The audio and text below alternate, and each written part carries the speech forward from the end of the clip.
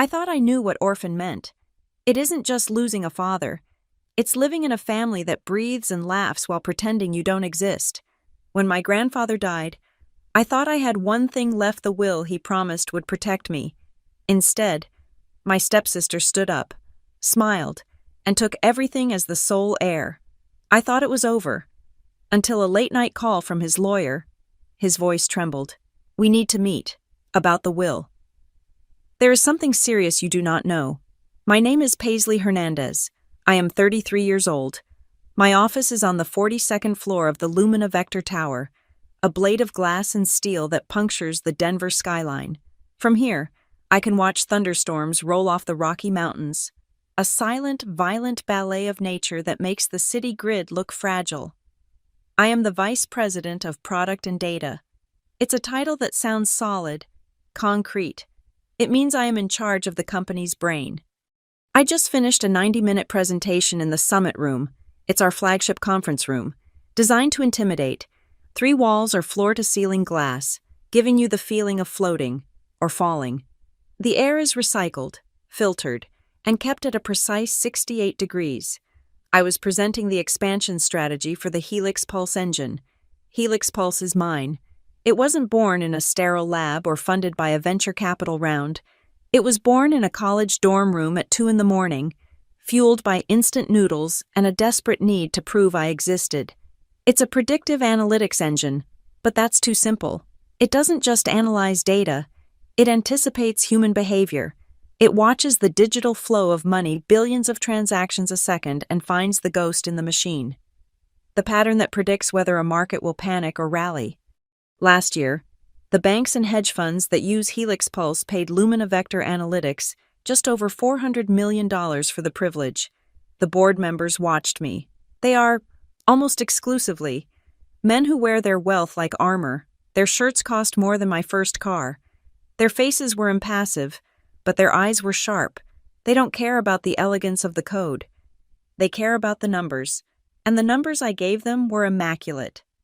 "As you can see from the Q3 stress test," I said, my voice calm and even, projected perfectly by the room's hidden microphones. "By integrating the new sentiment analysis module, we're projecting an accuracy increase of 4.5%.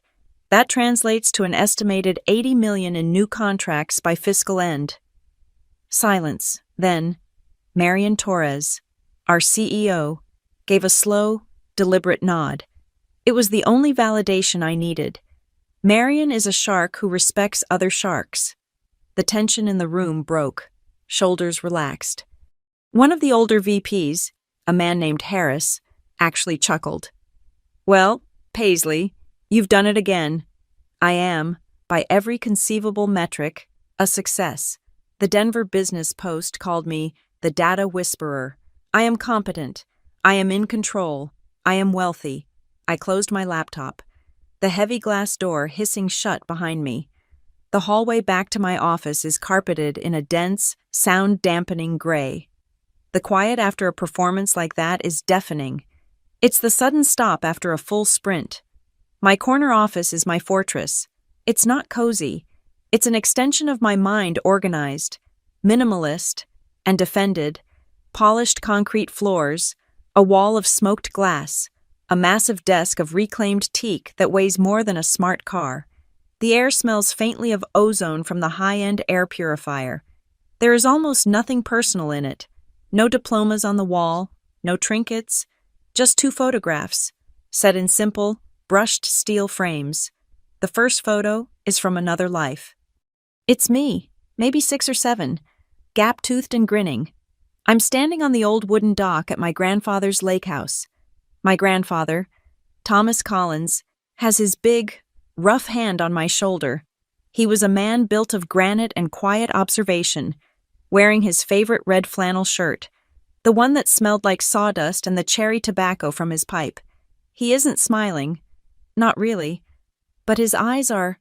My grandmother, Evelyn, is on my other side, hugging me so hard I'm almost lifted off the dock. She's beaming, her warmth a physical presence. That dock, that lake, that small moment of safety that was my world. The second photo is from this life. It was taken at 3 in the morning, almost 10 years ago, in the server room of Lumina Vector's first office, which was really just a glorified garage. It's me and my original Team 4 engineers who believed in my idea when it was just equations on a whiteboard. We are pale, sleep-deprived, and look half mad. I'm holding up the external hard drive, the first stable prototype of the Helix Pulse engine. We were victorious. My entire identity is captured in those two frames, the family that was supposed to be my anchor, and the work that became my lifeboat. I sat down in my ergonomic chair, the one that cost $3,000 and supposedly molds to my spine. I let out a breath I felt I'd been holding since 8 a.m. The adrenaline drained away, leaving the familiar hollow ache that lives just beneath my ribs. My phone vibrated on the desk, a sharp, angry buzz. It wasn't a Slack notification from my team or an email from Marion. It was a text message from a number I barely recognized. A distant cousin, Martha, someone from my grandmother's side of the family. We exchanged Christmas cards. That was it. The text contained no words, just an image, a screenshot of an Instagram story. It was my stepsister, Jenna Miller. She was standing on the wraparound porch of my grandfather's house, his house, the one he built with his own hands. She was wearing a white, bohemian-style dress that probably cost a fortune.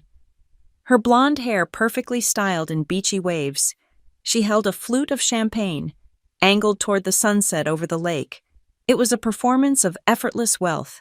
The geotag, in an elegant script, read "The Collins Estate by the Lake," her estate. She had renamed it.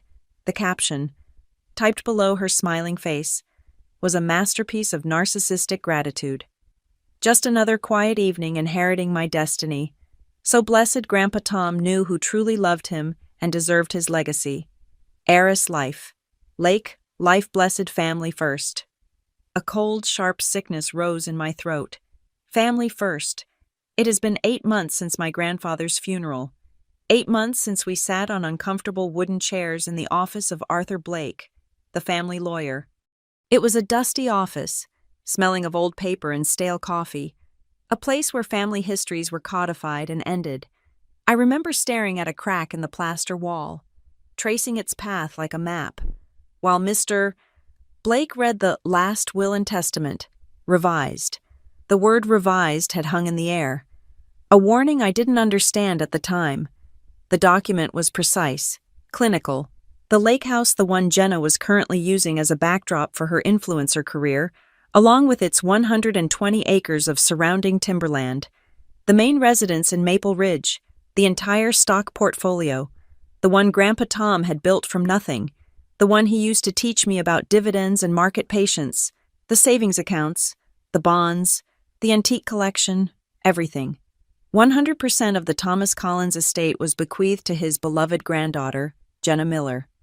My grandmother, Evelyn, his wife of 55 years, was granted a modest monthly stipend from a pre-established annuity, enough to rent a small apartment, enough to be quiet. My name, Paisley Hernandez, was never spoken.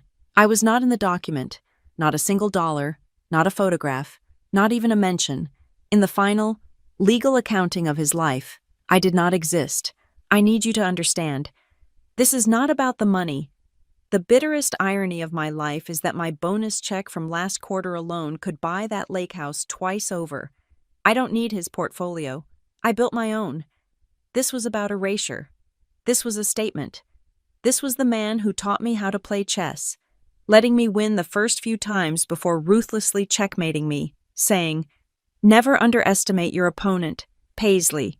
The man who drove 3 hours in a snowstorm to fix my broken-down college car.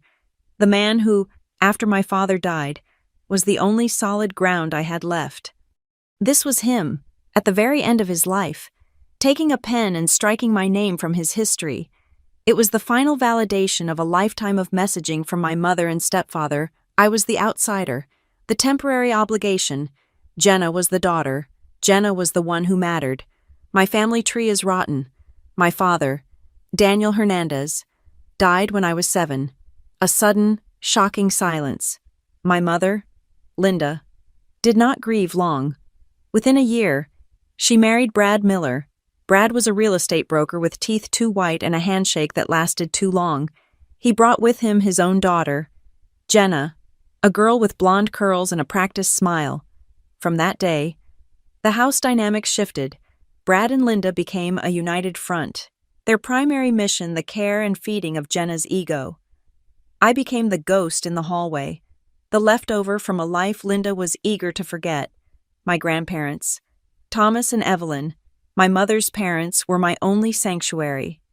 They were the ones who drove out to get me for weekends, who kept a room for me in their house that was mine, who told me I was smart, who told me I was worthy. They were my protectors, until that will. My work phone buzzed, a separate device, all business. It was an email from Forbes. They were confirming my photo shoot for the 40 Under 40 issue. My assistant had scheduled an invitation to keynote a global fintech summit in London. My professional life is a tower of achievements. I am the woman who built the Helix Pulse engine. I am the VP. I am respected. I am invited. I am seen.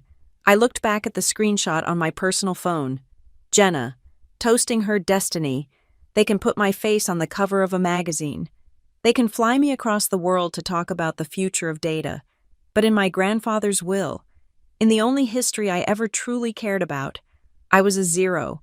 I didn't go to the celebratory drinks with my team at the new rooftop bar. I couldn't stomach the congratulations, the small talk, the noise. I drove home. Home is a penthouse apartment in the Lodu district. It's all glass and exposed brick, a place I bought with my first major bonus. It's sterile and beautiful, and tonight, it felt like a cage. I stood at the floor-to-ceiling window, looking down at the lights of Denver, thousands of people, thousands of lives, all moving. I had accepted it. I really had. In the long, quiet months after the reading, I processed the grief, the betrayal, and the cold, hard reality. My grandfather had made his choice. My mother and stepfather had won. My job was to build a life so high and so strong that their gravity could never pull me down again. I accepted that the story was over. I had accepted that the will was a fact, as solid and unchangeable as the mountains outside my window. I had accepted it all until that one Tuesday night, nearly a year after the funeral, when a phone call from that same lawyer, Arthur Blake, made everything explode. But before I tell you about that call, I have to go back. I have to start at the building, to understand why that one phone call changed my entire world.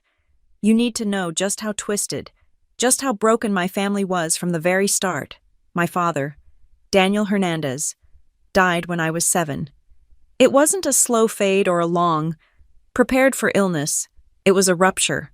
One moment, he was in the kitchen arguing with my mother about the utility bill, his voice a familiar, warm bass. The next, there was the sound of a heavy thump, like a sack of flour dropping, and then a terrible, gaping silence. I remember the hospital in flashes of sterile, cold light, the smell of bleach and something sickly sweet, like dying flowers. I remember the rhythmic, metronomic beep of the heart monitor next to his bed. My mother, Linda, stood near the window, her back rigid, looking out at the parking lot. I held my father's hand. It was large, calloused from his work, and still warm. I sat there for hours, tracing the lines on his palm, waiting for him to wake up. Then, later it could have been hours or days, a doctor came in and spoke in a low voice. The beep, beep, beep stumbled, caught, and then resolved into a single, piercing, continuous tone. I didn't know what the sound meant, but I knew, with the absolute certainty of a child, that it was the sound of the world ending. His hand was no longer warm. The funeral was a blur of black dresses, whispered apologies, and people patting my head. People brought casseroles in disposable aluminum pans. Then the casseroles stopped coming. The sympathy cards stopped arriving. My mother did not wear black for long. Less than a year after my father was buried, Brad Miller walked into our lives. He was a real estate broker, slick and polished, with teeth that were too white and a laugh that was too loud. He smelled perpetually of sharp cologne and hair gel. He spoke in a smooth, sweet syrup, calling my mother Linda Love and charming every adult he met. He brought his daughter with him, Jenna Miller. She was 5 years old, a dollop of sunshine with bright blonde curls and wide blue eyes. She was, by all accounts, adorable. She never cried. She smiled on command. Everyone, from my mother's friends to the neighbors, immediately called her the little princess. Our house, which had been heavy with silence and grief, was suddenly filled with her laughter, her toys, her presents. The change was immediate and absolute. The living room, which had held the only framed photographs of my father, was redecorated. Brad's aesthetic was modern, cold. The photo of my father holding me on his shoulders at a county fair, his face split in a wide grin, was the first to go. It was replaced by a large, professionally shot portrait of Brad, my mother, and Jenna, all smiling on a beach in clothes that matched. My father's photo migrated to the hallway closet. Then, a few weeks later, I found it in a cardboard box in the garage, stacked under old tax returns and a broken vacuum cleaner. I tried to take it out. I just wanted to keep it in my room. My mother caught me, her hand stopping mine. Her voice was gentle, but her grip was firm. "Paisley, don't dwell on this," she said, not meeting my eyes. "We have a new family now. It's time to look forward." Brad Miller never laid a hand on me. He wasn't the kind of stepfather you read about in horror stories, the kind that leaves bruises. His cruelty was more refined. It was the cruelty of total indifference. He simply looked through me. He didn't ask about my grades, even when I brought home a perfect report card. He never remembered my birthday, though Jenna's half-birthdays were celebrated with catered parties and mountains of gifts. His entire capacity for fatherhood was a laser beam focused solely on Jenna. He took her shopping at the mall. He coached her pee-wee soccer team. He financed her summer trips to ballet camp. I was the ghost in the hallway, the leftover from a previous marriage, the furniture that came with the house. The slow, systematic erasure of my existence culminated in the year I turned 14. I had the larger bedroom, the one at the end of the hall that overlooked the backyard garden. It had been my room my entire life. It still had the glow-in-the-dark stars my father and I had stuck to the ceiling. Jenna's room was smaller, facing the street. One Tuesday afternoon, my mother came in while I was doing homework. She didn't knock. She sat on the edge of my bed, smoothing the comforter with her hand, a bright, artificial smile on her face. "Honey," she began, her voice light, "Jenna is getting older. You know, she's a teenager now. She needs a little more space, for her things, and for when her friends sleep over." I looked up from my algebra textbook, a cold knot forming in my stomach. I knew exactly where this was going. "What do you mean?" "We're going to move you downstairs," she said, still smiling, as if she were offering me a wonderful surprise. "To the guest room." The guest room was not a guest room. It was a small, damp box near the garage, barely large enough for a twin bed and a dresser. It shared a wall with the laundry, and the smell of detergent and mildew was permanent. "But this is my room," I whispered. Her smile tightened at the edges. The false brightness faded, replaced by a weary impatience. "Don't be dramatic. Paisley, it's just a room. Jenna needs this one. We're a family, and we have to make accommodations." The fight was over before it began. That weekend, I packed. I sat on the floor, my father's old college textbooks in my lap. He was an engineer, and I loved the smell of the old paper and the cryptic diagrams. I packed my life into 2 cardboard boxes. The model airplane he and I had built, its balsa wood wing now cracked, the few clothes I owned that Jenna hadn't already borrowed and ruined, and last, the single photo from my desk drawer. It was the last one, taken a few months before he died. Me, my dad, my mom, and my grandparents, Thomas and Evelyn, at a summer barbecue. We were all smiling. My mother looked genuinely happy. She stood in the doorway, arms crossed, watching me. "Don't drag this out. Paisley," she said. "Dinner's at 6. Brad's ordering pizza for Jenna's study group." I moved downstairs. The washing machine thumped against the wall, a constant, dull rhythm while I tried to sleep. Upstairs, I could hear Jenna and her friends laughing. They painted my old room a bright, obnoxious pink. My only escape was my grandparents.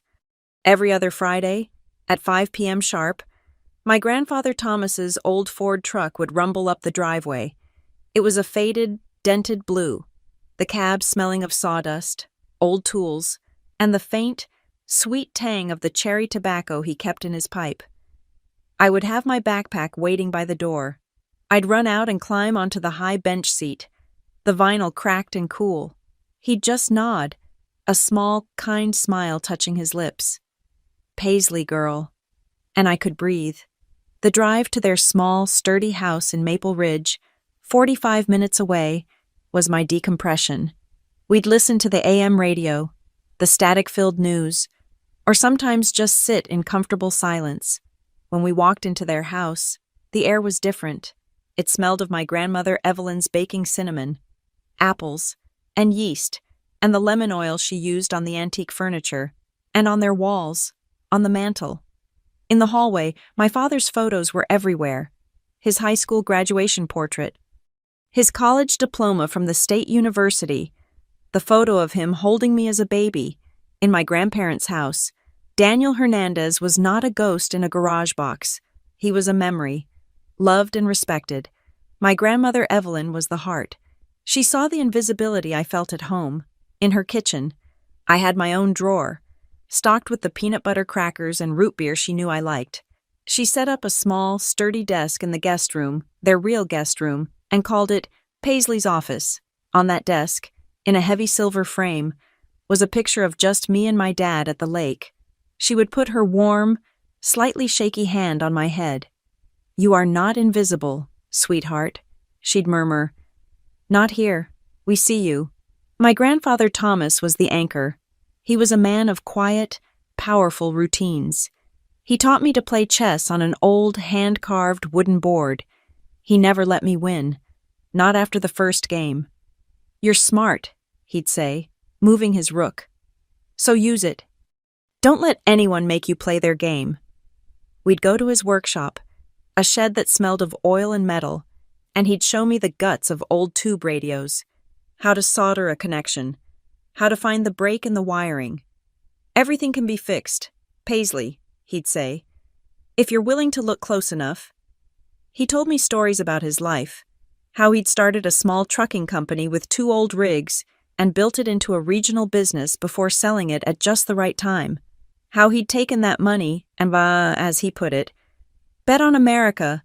He invested in stocks, blue-chip companies, utilities, things that built the country. He wasn't a gambler. He was a planter. He was the stock market old guy of the family, and he was quietly, comfortably wealthy from it.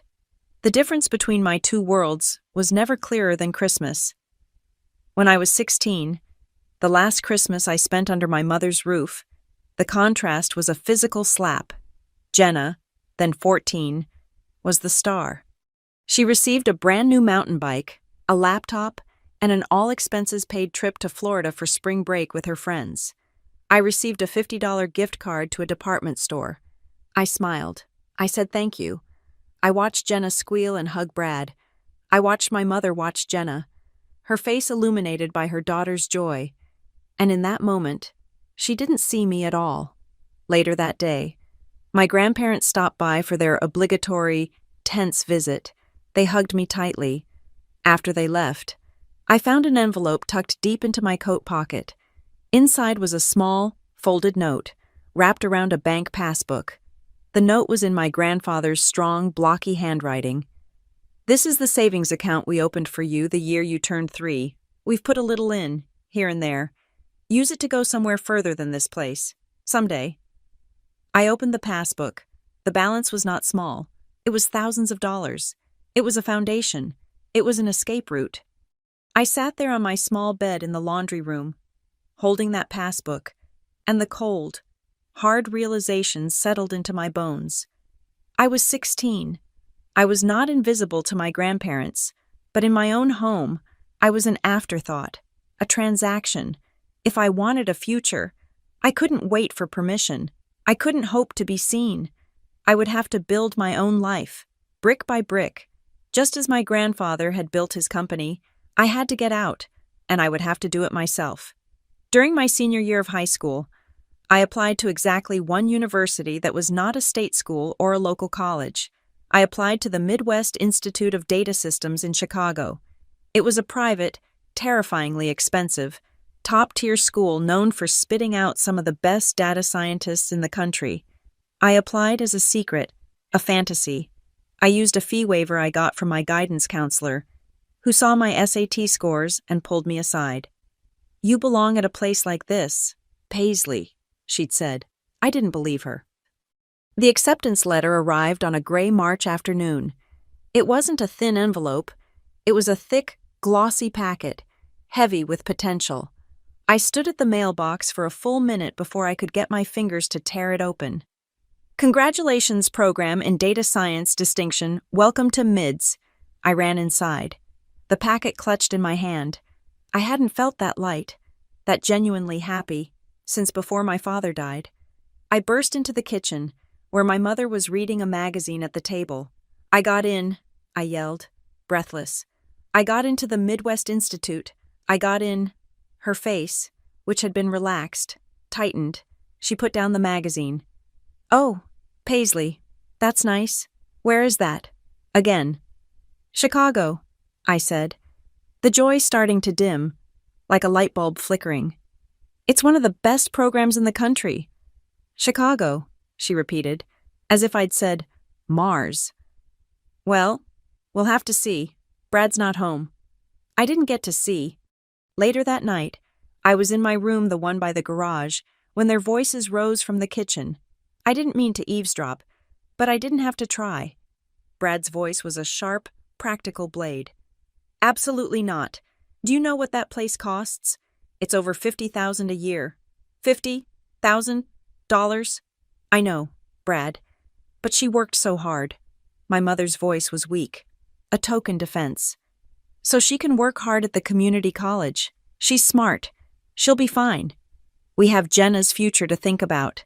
Her prep school applications, her writing lessons, that's where the real money needs to go. You can't just throw away a college fund on a fantasy." A college fund. There was no college fund for me.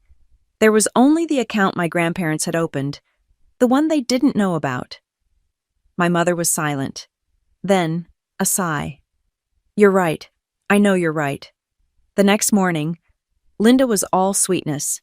She came to my room with a cup of coffee I didn't ask for. She sat on my bed, the mattress squeaking. "Paisley, honey, your father and I, Brad and I, are so proud of you. That letter is a real achievement." She took a sip. "But we have to be practical, realistic. You're so smart. You don't need a fancy private school name. Why don't you do your first 2 years at Maple Ridge Community? You'd save so much money. You could live at home. It's just more sensible.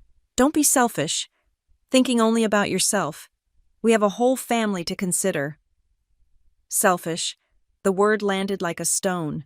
I was selfish for wanting the future I had earned. She was asking me to shrink myself, to make myself smaller and cheaper, so that Jenna could continue to be expensive. I just nodded. I didn't cry. I didn't yell. "Okay, Mom," I said. "I'll think about it. Thanks for the coffee." As soon as she left, I grabbed my backpack, walked to the park down the street, and pulled out my old flip phone. My hands were shaking so hard I had to dial the number 3 times. My grandmother Evelyn answered. "Grandma, it's me. I tried to hold it together. I tried to be the strong, practical person they wanted me to be, but my voice cracked on the 3rd word. "I got in," I whispered, and then the story just fell out. The letter, the kitchen, the $50,000, the community college. "They said no," I finished, the tears hot and angry on my cheeks. "They said it's for Jenna's future." The line was quiet for a long time. I thought she'd hung up. Then I heard my grandfather's voice, deeper, closer to the receiver. He must have picked up the extension in his workshop. "Paisley girl," he said. His voice was gravel. "You still have that bank book we gave you?" "Yes, Grandpa." "That's your running away money," he said, and I heard the faint, rare smile in his words. But it's not enough for this. Evelyn and I were going to handle this. But, Grandpa, it's too much. It's your retirement. What good is retirement if my granddaughter, the smartest damn person I know, gets told to sit down so a princess can have riding lessons, he said. His voice wasn't angry, it was final. We're going to sell the back 40 timber shares, and I'm cashing out the 78 GM stock. It's had a good run. We will handle the tuition. We will handle the dorm fees and the books. You just go and be the smartest person in the room.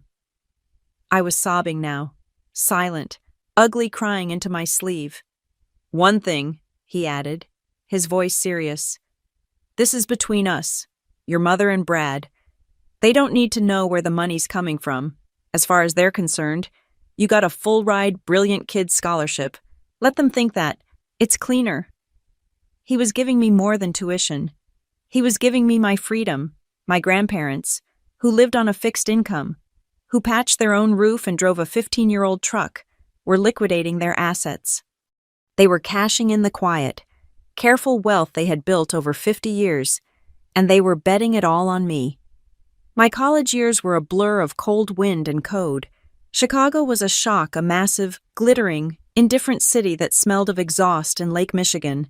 The Midwest Institute of Data Systems was as difficult as its reputation claimed. The other students seemed to be operating on a different level. They came from private academies.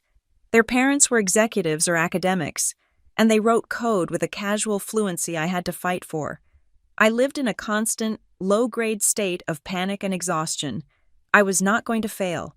I was not going to waste a single one of my grandfather's dollars. My life was a spreadsheet of obligations. 18 credit hours, my work-study job in the campus library, 30 hours a week, shelving books in the freezing cold archive stacks.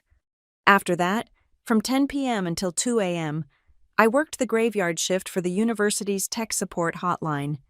Yes, ma'am, I understand your paper is due, but I can't fix your printer from here.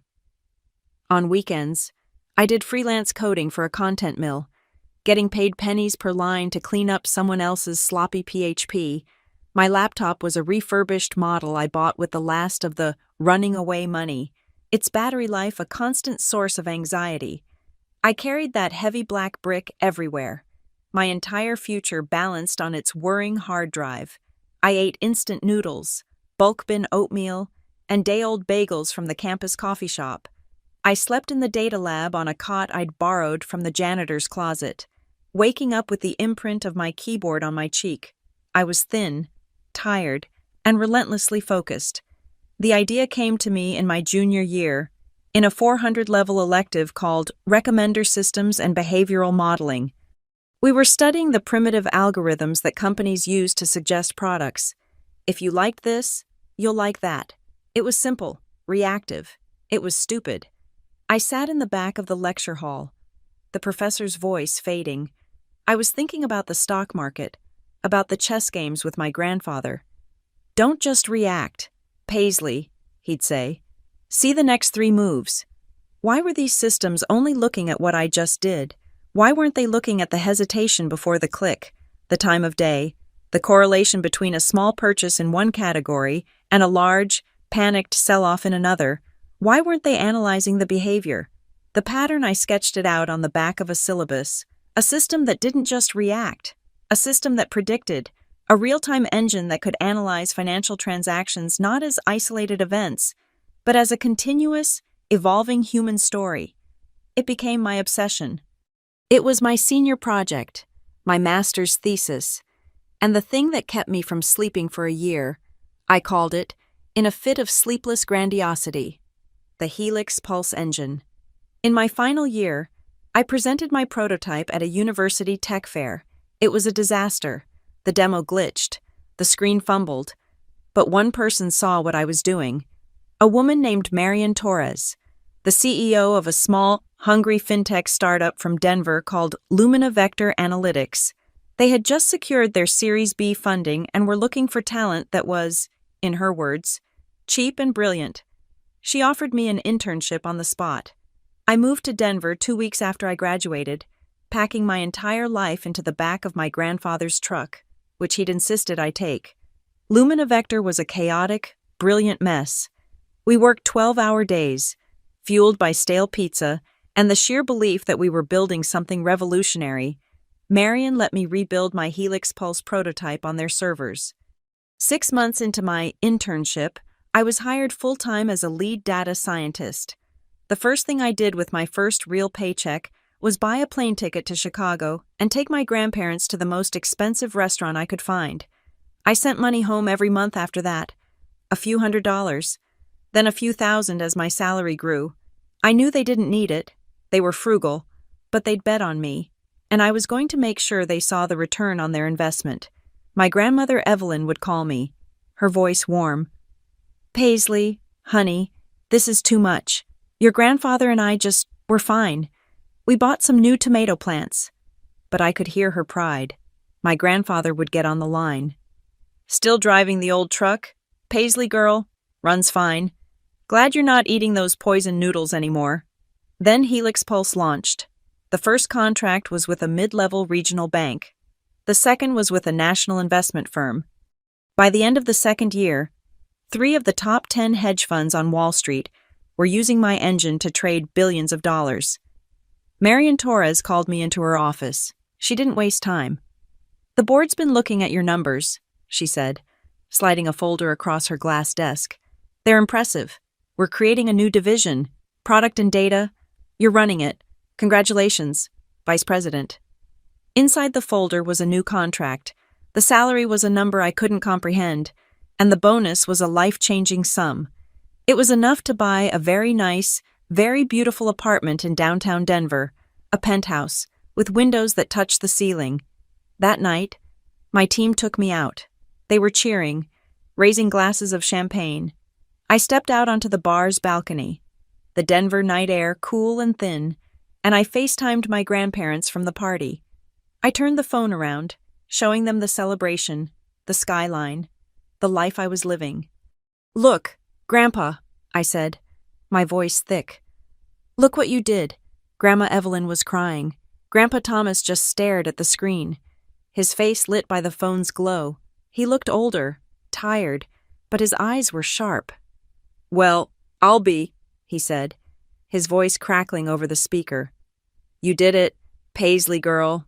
A few more years, and that little company of yours might be worth as much as my old stock portfolio." We both laughed. I ended the call and looked at the city lights. I had a title, I had a home, I had a future I had built with my own hands, on the foundation they had given me. Later that week, I made the mistake of scrolling through Instagram. My mother had posted. It was a photo of Jenna, back home, posing with a new, expensive-looking handbag in front of a shiny red convertible. Brad had bought it for her for passing her midterms at the community college. My mother's caption, "So proud of my star, she shines so bright." Someone in the comments, a distant aunt, had asked, "How's Paisley? Haven't seen her in ages." My mother replied, 5 minutes later, "Oh, she's doing great. She's in Denver, doing some kind of tech thing. Always so busy." That one. Some kind of tech thing. I was a vice president. I had just architected a system changing financial markets. And to my family, I was a vague, busy afterthought, a footnote in Jenna's story. I was in a late-night diligence meeting with a private equity firm from Zurich. We were projected on a massive screen, the connection crisp and clear. They were grilling my data team about Helix Pulse's predictive accuracy, and I was in my element, deflecting, clarifying, and controlling the narrative. My work phone was on the desk. Dark. My personal phone, the one I kept for emergencies, was in my bag. It vibrated. Once, twice, I ignored it. Then it vibrated in a long, frantic buzz, the emergency override I'd set for my grandmother. I stood up, cutting off our chief financial officer mid-sentence. "Gentlemen, my apologies," I said, my voice perfectly calm. "A critical family matter. Marion, you have this?" I didn't wait for a reply. I walked out of the glass room, past the stunned faces of my team, and grabbed my phone.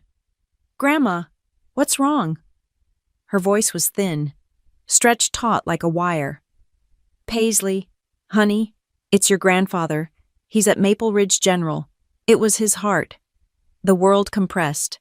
The polished concrete floors of the Lumina Vector office, the smell of burnt coffee from the break room, the silent, twinkling lights of Denver outside the window, it all dissolved. How bad? I asked, already walking, grabbing my coat, my keys.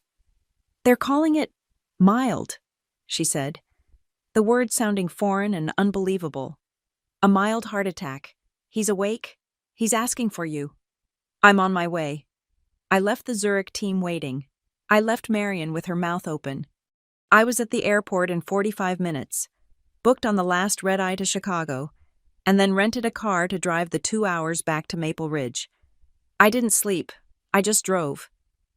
The highway hypnosis punctuated by flashes of my grandfather's face, his strong hands, the smell of his pipe tobacco. I ran down the pale green, linoleum-floored hallway of Maple Ridge General. The place smelled of disinfectant and Jell-O. I found his room 307. My grandmother was asleep in a hard plastic chair, her head on her chest, a half-empty foam cup of water at her feet. He was in the bed, looking impossibly small. The man I knew as a granite force was pale, his skin thin and papery against the white sheets. Wires snaked from his chest to a monitor that beeped a steady, reassuring rhythm, but he was awake. His eyes found mine. "Paisley girl," he whispered. It was barely a breath. I crossed the room and took his hand. It was cold, but his grip was surprisingly strong. "Hey, Grandpa," I said, forcing my voice to stay light. "You're not allowed to scare us like that. I thought you were tougher." He let out a dry chuckle, which turned into a cough. "I had to see if you'd really show up." He squeezed my hand. "Still got work to do. Not going anywhere yet." "Good. Don't. Can't," he rasped, his eyes crinkling, even in the dim light. "Still gotta see you make CEO." I stayed for a week, my laptop unopened in my bag.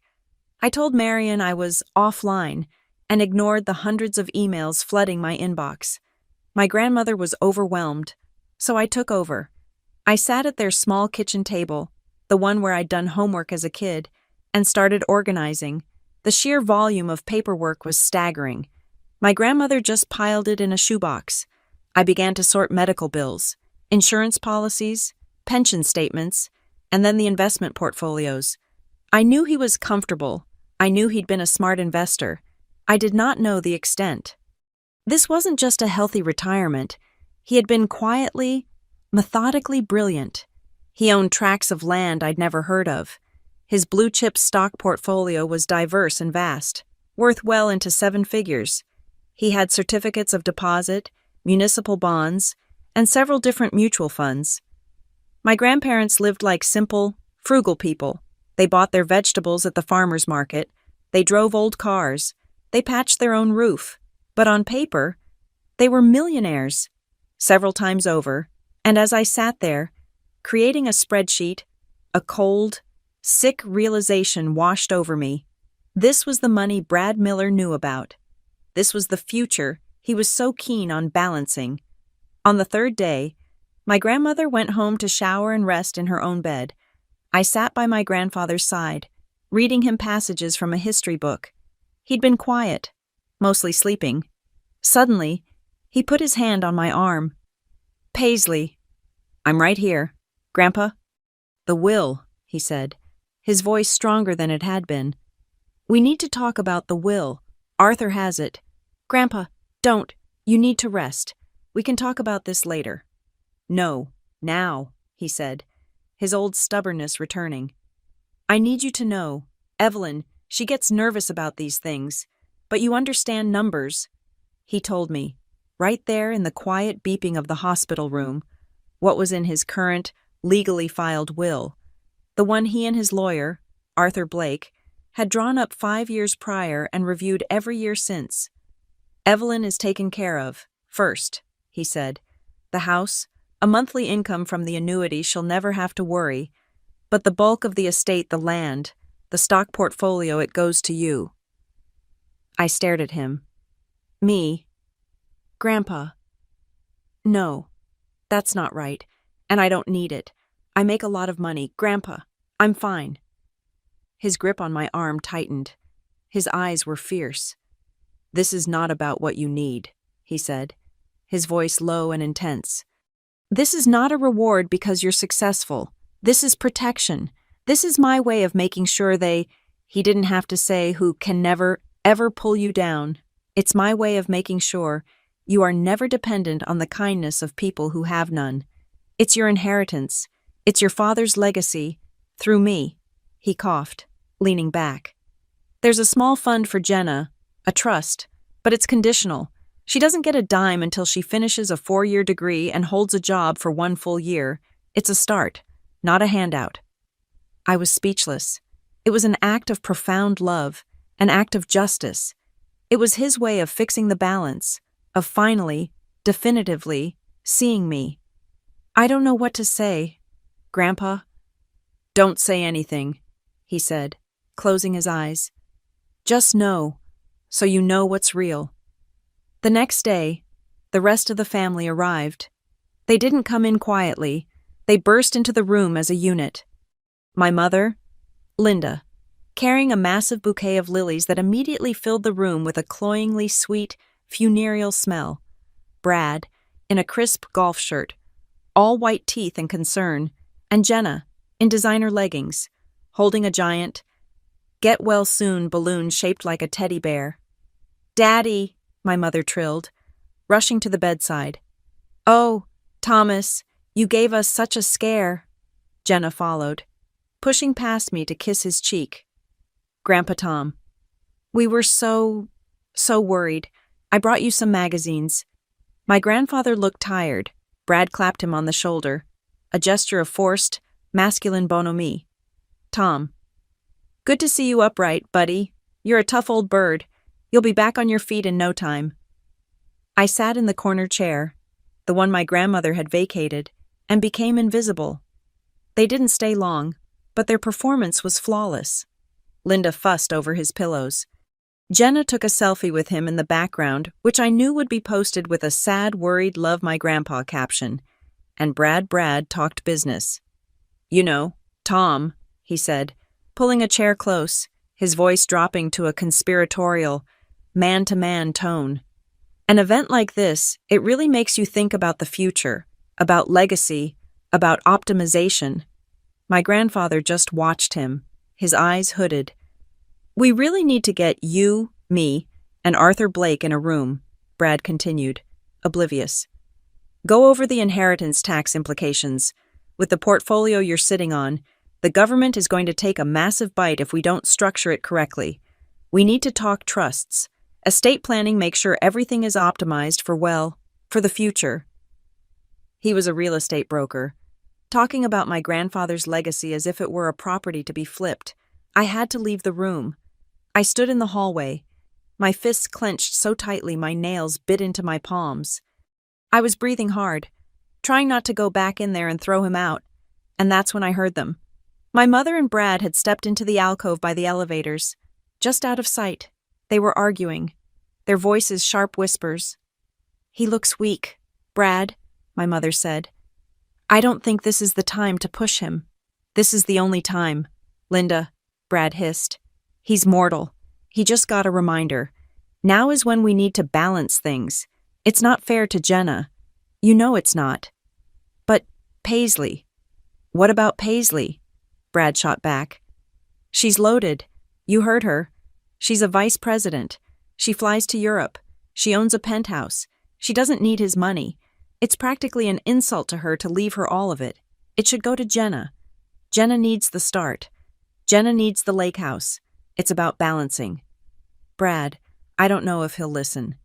He will listen, Brad said, his voice chillingly confident. He's an old man who just faced God. He'll want to make things right. You just need to back me up. We need to convince him to change the will, to make it fair. I was frozen.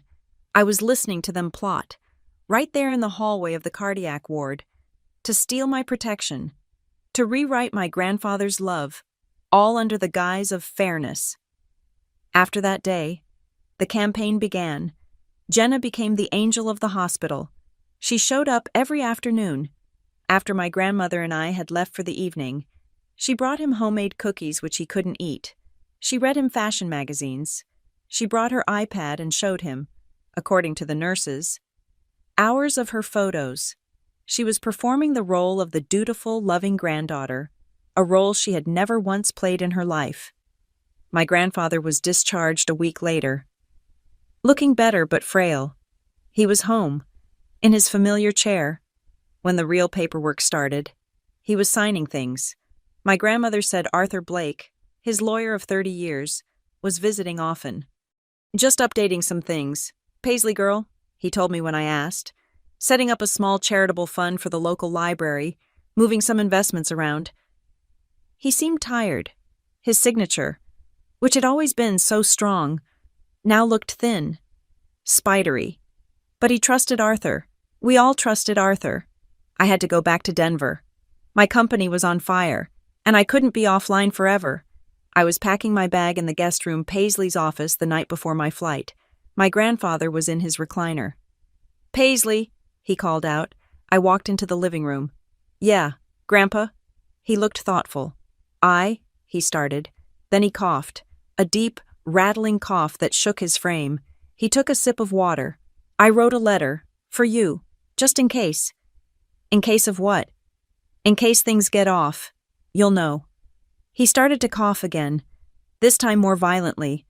My grandmother rushed in with his medication, and he was too tired to speak. The conversation was lost. I thought about it on the plane. A letter. What did off mean? But the crisis seemed to be over. He was home. He was recovering. I returned to Denver and plunged back into my world of data, projections, and meetings. I was back for 3 weeks. The call came on a Saturday morning. It wasn't my grandmother. It was a paramedic. My grandfather had been in his workshop, trying to fix one of his old radios. He had fallen. This time, it wasn't a warning. This time, it was final. He was gone before I could even get to the airport. The funeral was a blur. It was a cold, rainy November day. The whole town of Maple Ridge seemed to be there.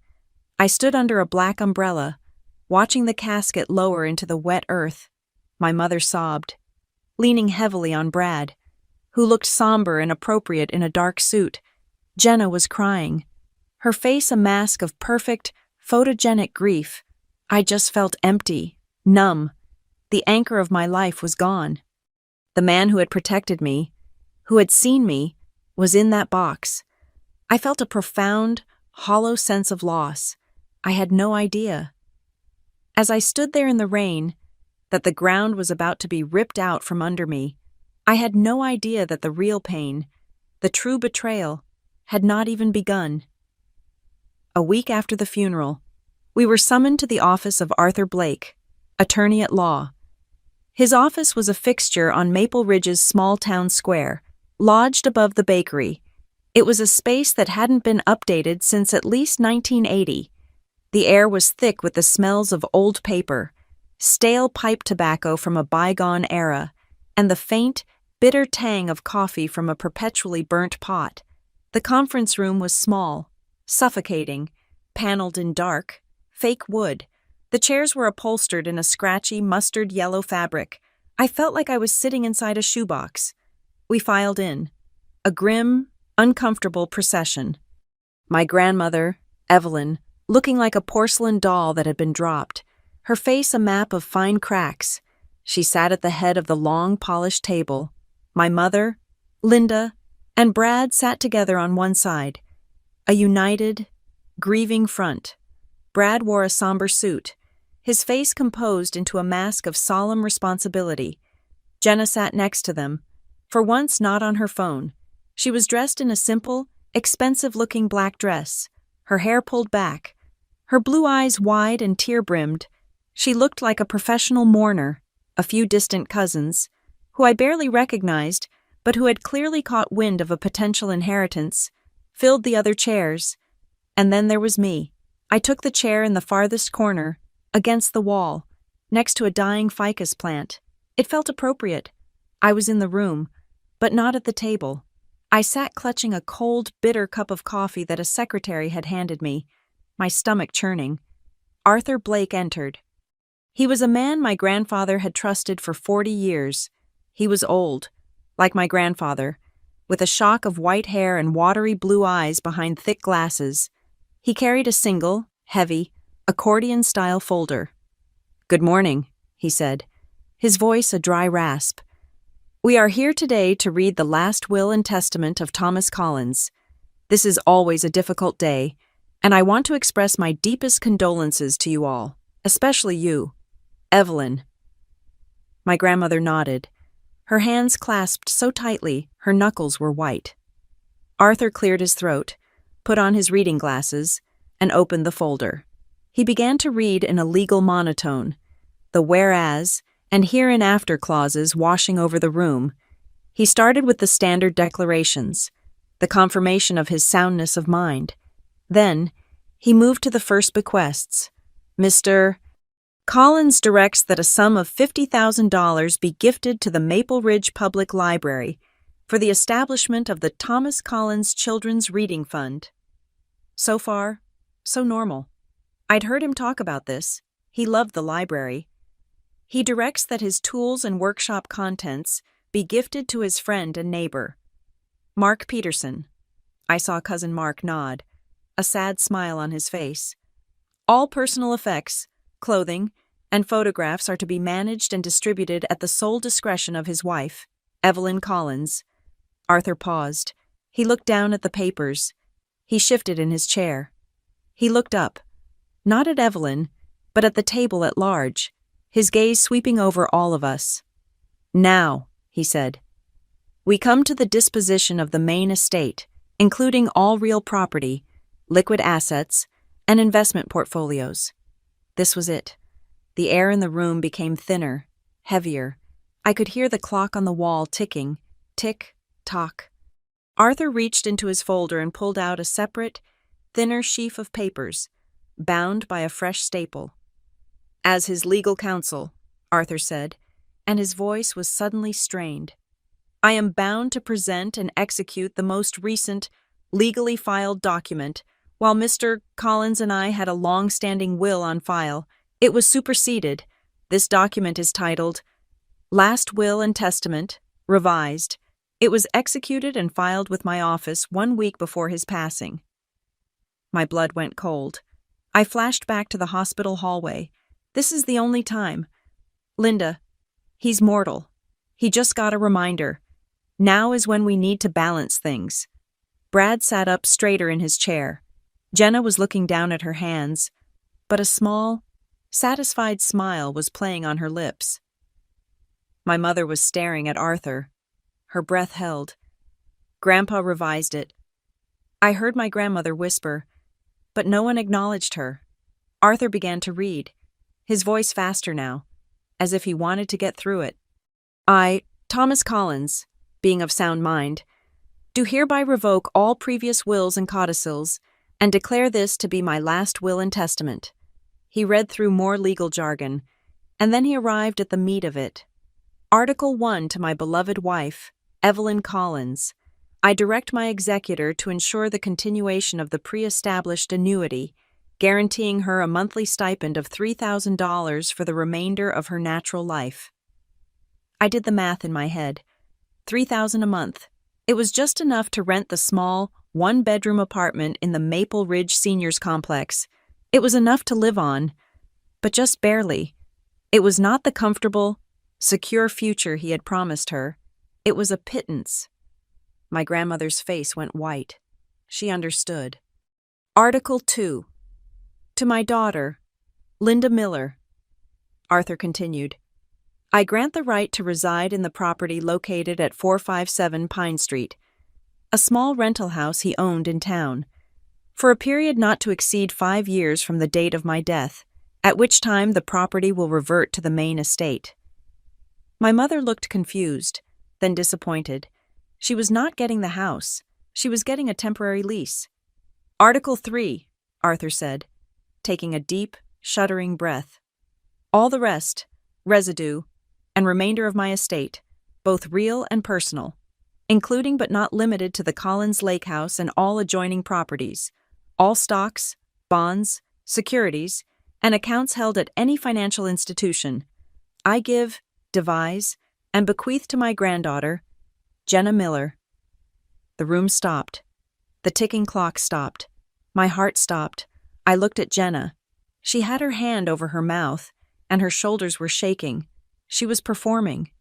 "Jenna Miller," Arthur repeated, as if to confirm, "is hereby named the sole heir to the Collins estate." Sole heir. The words echoed in the tiny, wood-paneled room. The cousins in the back began to murmur. My grandmother Evelyn made a small sound, like a bird being crushed, and put her hand to her chest.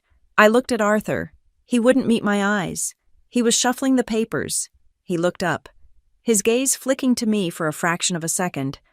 A look of, was it pity, apology, I couldn't tell. Then he looked back down.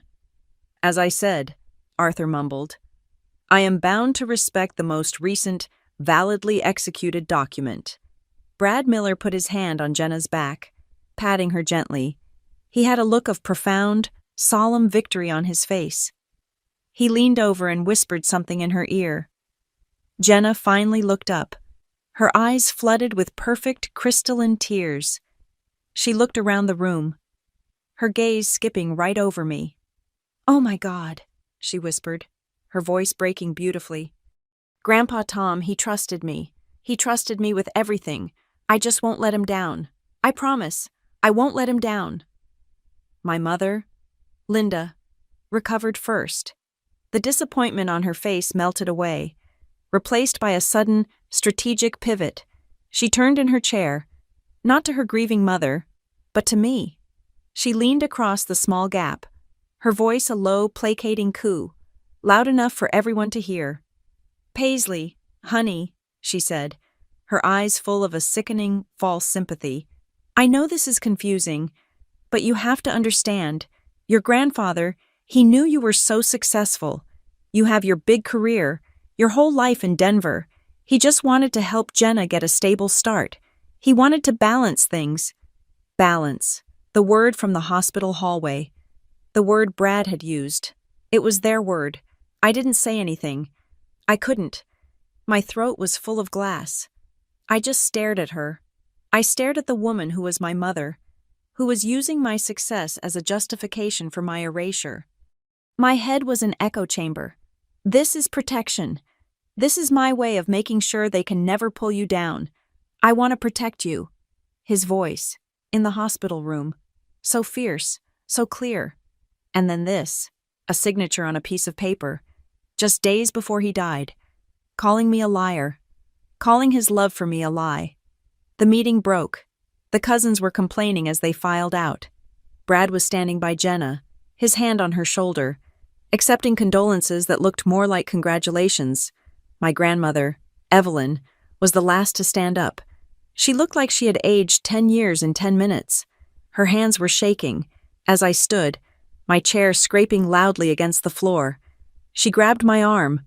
Her grip was like a claw. She pulled me close, her voice a papery whisper in my ear, so low no one else could hear. "He never told me," she hissed, her eyes wild. "He never told me about this, Paisley. He wouldn't do this. Not to you, not to me." She looked around, at Arthur Blake packing his briefcase, at Linda and Brad walking out the door with their new heiress. "Something is wrong," she whispered. "But oh God, Thomas, I'm too tired. I'm just too tired to fight them." She let go of my arm and walked out. Not a grieving widow, but a casualty. I don't know how I got to my car. I don't remember the elevator ride or the walk across the town square.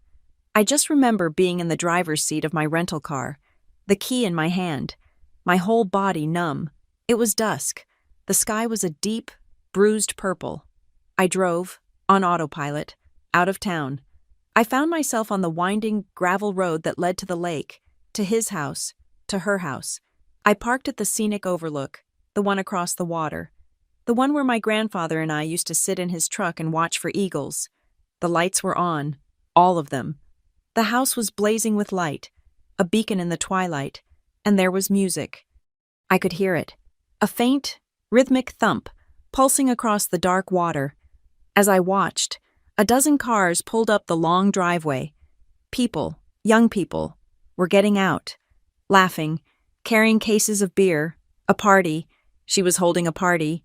Jenna, the sole heir, the grieving granddaughter, celebrating her new house, her new life.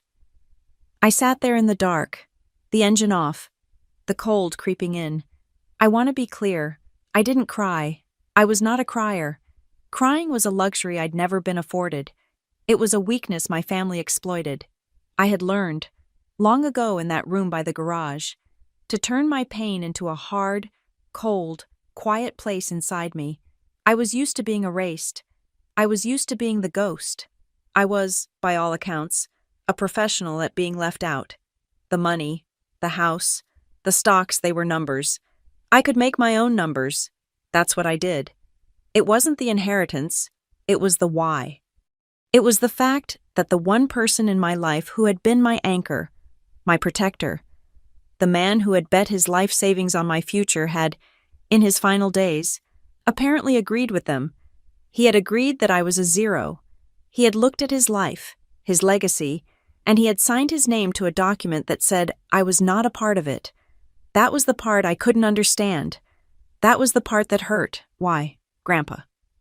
Why? After everything. Did you turn your back on me? I didn't stay in Maple Ridge. I didn't go back to the small apartment with my grandmother. I couldn't. I drove my rental car back to the Chicago airport. The numbness from Arthur's office, a cold, protective shell. I boarded the first flight to Denver, took my seat in first class, and stared out the window at the dark clouds, feeling nothing. When I walked into my penthouse, the silence was absolute. The skyline of Denver glittered below, a city of a million lights, all of them indifferent. I had built this. I had earned this view, and it meant nothing. I dropped my keys in the glass bowl by the door, the sound sharp and too loud, and I went to work. I was in the office at 5 a.m. when my CEO, Marian Torres, arrived at her usual 8. I was already in the main conference room, my face lit by the glow of 3 screens, deep in a data set. She stood in the doorway, her arms crossed. Marian is a woman who appreciates efficiency over emotion. "You look," she said, "like you just saw a ghost." "I'm fine," I said, not looking up. "Just family stuff. My grandfather's estate was settled." And I finally looked at her, and it's settled. I clicked a window closed. "We need to talk about the European integration. The Frankfurt security protocols are weak, and it's creating a data lag." Marian held my gaze for a solid 10 seconds. She is a pattern whisperer in her own right. She knew I was deflecting, hiding something massive, but she also respects a closed door. "Fine," she said, walking in. "Let's talk about Frankfurt, but Paisley. You smell like an airplane. Go home and shower after this." I didn't. I worked. For the next 8 months, I plunged into my work with a ferocity that bordered on madness. Work was my refuge because it was meritocratic. The code either ran or it failed. The data was clean or it was corrupt. There were no gray areas, no emotional manipulations, no secret revisions. At Lumina Vector, I was not invisible. I was the architect. Helix Pulse boomed. That week, fueled by grief and rage, I re-architected the entire predictive model for the European market. It was a masterpiece of cold, brutal logic. A consortium of banks in London and Berlin signed an exclusive 3-year, $150 million contract. The press followed. I was invited to give the keynote address at the Global FinTech Summit in Singapore. A reporter from a major business journal shadowed me for a week and wrote a sleek, flattering profile. They dubbed me the Pattern Whisperer. I was the woman who could see the future in the machine. I was a celebrated success, a woman who could predict the movements of global markets. I just couldn't understand the last 5 days of my grandfather's life. While I was building my empire, Jenna was busy curating hers. I hadn't blocked her social media, not yet. It was a form of self-punishment, a way to pick at the wound. Her Instagram feed transformed into the portfolio of a professional heiress. The Collins Lake House, my grandfather's sanctuary. The place that smelled of old wood and cherry tobacco was her first project. She posted a long, high-speed makeover video set to some insipid pop song. The warm, pine-paneled walls he had installed with his own hands were painted a sterile, glossy white. The comfortable, overstuffed armchairs my grandmother loved were gone, replaced by low, gray, minimalist sofas that looked like they belonged in a morgue's waiting room. She geotagged it as the Collins Estate by the lake. She posted drone footage of the new $60,000 wakeboarding boat she'd bought, its engine cutting a sharp white scar across the placid, dark water. She threw parties. The Collins Estate Summer Kickoff, the July 4th Heiress Bash. She hired professional photographers for Heiress Life photo shoots. Jenna in a white bikini on the dock, Jenna laughing with champagne, Jenna looking pensively at the sunset, as if she had a single thought in her head. The posts got thousands of likes. Brad, naturally, was her co-producer. He quit his job at the small-time brokerage. He opened a new private investment firm, Miller Collins Holdings. His only qualification was that he was the stepfather of the new millionaire. He used my grandfather's stocks, the portfolio Thomas had built over 50 years, as his firm's foundational proof of success, hosting seminars for local investors on building generational wealth. And my mother, Linda, was always in the background, a smiling, complicit ghost. There she was, in a blurred background shot, holding a tray of appetizers. There she was, pouring wine for Jenna's friends, her face beaming with the reflected glory. She was, finally, the mother of the star. I watched all this from the cold altitude of my penthouse, late at night, a glass of whiskey in my hand. I didn't feel jealousy. That wasn't the word. I didn't want the boat. I didn't want the white-on-white living room. I felt alienated. I felt like I was watching a twisted play about my own family, a play where my character had been written out in the final draft. It was a profound, cosmic erasure. One night, I watched a story where Jenna and her friends were taking shots. Using my grandmother's antique crystal glasses, I hit block on Jenna, on Brad, on my mother. I tried to build a wall. My life was Denver, data, and success. Their life was a tacky inherited performance. The wall held. Until the email. It was a Tuesday. I was drowning in spreadsheets. An automated notification hit my inbox. It was from the Maple Ridge Community Bank, the small, local institution my grandfather had used for 50 years. I had been on his accounts once, as an emergency contact, a leftover from my college days so he could wire me money for books. I assumed I'd been scrubbed from the system along with his memory. The email was a generic, year-end update to their privacy policy, but it was addressed to me, Paisley Hernandez. And in the reference line, it listed me as secondary contacts signatory on 3 accounts: the Thomas Collins Investment Trust, C, the Collins Timber Holdings account, and a long-term certificate of deposit. My blood turned to ice. Those accounts, those were the big ones. That was the portfolio. That was the land. According to the will, they belonged 100% to Jenna. My name should not be within 1,000 miles of them. It was a clerical error. It had to be. My fingers, however, moved with a will of their own. I picked up my phone and dialed the bank's main line. I got a polite, young rep named Kevin. "Hi," I said, my voice steady. "My name is Paisley Hernandez. I received an automated email listing me as a contact on accounts for Thomas Collins. Mr. Collins passed away. It's been almost a year. I'm calling to have my name removed. It's an error." "Yes, ma'am. I can help with that. Let me pull up the file. Collins, Thomas, and Hernandez. Paisley, secondary." "Okay." I heard the clack, clack, clack of his keyboard. "Huh, that's weird." What's weird? My heart, which I thought had turned to stone, gave a single, hard thump. "Well, ma'am, I see the death certificate was filed, and I see the probate court order executing the new will, but in our legal system. The original will, the one from Looks like, about 6 years ago, it's still flagged as pending final archival. The system hasn't fully updated to close out the old directives. It looks like yes. It looks like the new will was processed, but the old one was never legally resolved and superseded. That's why you're still getting emails. He laughed. A small, nervous customer service laugh. You're telling me our database is a mess. Looks like some kind of internal transition error. I am so sorry for the confusion. Ms. Hernandez, I'll manually purge you from the contact list right now. My apologies for the oversight. Thank you, Kevin, I said, and hung up. A transition error. The old will, still flagged, not resolved. It was nothing. It was a computer glitch. A lazy database administrator. I told myself that, over and over. 2 weeks later, I flew to Chicago for a meeting and found myself driving the 2 hours to Maple Ridge. I didn't go to the lake. I went to the Maple Ridge Seniors Apartment Complex. My grandmother Evelyn's new home was small, clean, and smelled of baby powder and instant coffee. Her entire vibrant life had been compressed into 500 square feet of beige carpet. She looked smaller. The fire I'd seen in her eyes at the law office, the flicker of something is wrong, had burned out.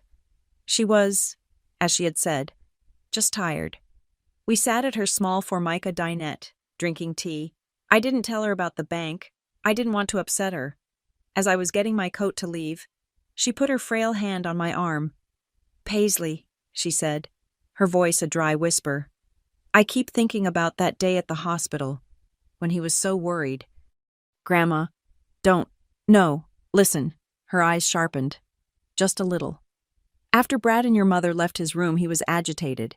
He said to me, Evelyn, I need to make sure Arthur has the letter for Paisley. My breath caught. He said it, she continued. Just like that. A letter for Paisley, in case they try to interfere. He said that word, Paisley. Interfere. I never saw a letter. I asked Arthur, after. I asked if Thomas had left anything else for me, or for you. He just looked sad and said, Evelyn, the revised will is the final word. He never mentioned a letter. I'm just an old woman, misremembering. I kissed her cheek. It's okay, Grandma. You've been through a lot. I drove back to the airport in a fog. But my mind was no longer foggy. It was sharp. I am the pattern whisperer. My entire life, my entire success, is built on finding signals in the noise. A grieving old woman, misremembering. Signal. She repeated the exact phrase I remembered him starting to say, a letter, for you. Noise. A lazy database admin at a small-town bank. Signal, the old will, the one that protected me, was never legally resolved in their system. A transition error that left my name attached to the money. A glitch in the bank, a lost letter, a last-minute revision of a will that perfectly benefited the exact 2 people I had overheard plotting in a hospital hallway. For the first time, a new emotion pushed through the grief and the rage. It was cold, clean, and analytical. It was suspicion. What if he didn't betray me? What if he was betrayed? But the thought that followed was a wave of exhaustion. What could I do? Sue my own family. Drag my grandmother, in her beige apartment, through a long, public, expensive court battle I had no proof. Just a glitch and a ghost of a memory. I had a life, a career. I had to let it go. I tried. I really, truly tried. I went back to Denver. I buried the suspicion. I told myself the story was over. It stayed buried for another 2 months. Until 1 a.m. on a Wednesday, I was working late. My mind numb. I took a break. Scrolling through a generic newsfeed, an algorithm, unaware of my blocks, suggested a live video from a local Maple Ridge account. Maple Ridge Vintage Finds. I clicked. The face on the screen, lit by a harsh fluorescent glare, was Jenna's. She was in a storage unit. She was giggling, holding up items to her phone's camera. Hey guys. So, Grandpa Tom had so much old junk. I'm selling off some of these antiques to make room for my new aesthetic. All sales final Venmo or Cash App. She held up an old brass ship in a bottle. This is old. $10. She held up a box of my grandmother's porcelain china. "This is pretty, I don't know. $50. And then she reached down, off camera, and grunted slightly. She lifted it. The old, hand-carved wooden chess set. The one he taught me on. The one with the chipped queen and the missing pawn he'd whittled a replacement for. "Okay, this is a chess thing," she said, holding it up. The pieces rattled inside. "It's heavy. Kinda smells weird. $100. Anyone $100 for this vintage board?" I didn't just close the tab. I snapped my laptop shut. The click echoed in the 33rd floor silence. That wasn't grief. It wasn't suspicion. It was pure, undiluted rage. This wasn't about me anymore. This wasn't about my inheritance, or my feelings, or my erasure. She was selling his history. She was selling him, for pocket change, in a storage unit, on a live stream. He had been betrayed, and that feeling, that cold, hard certainty that someone had wronged him, that was something I could not, and would not, let go. It was a Tuesday night, 11:48 p.m. The rage from the live stream had cooled, hardening into a solid, cold resolve.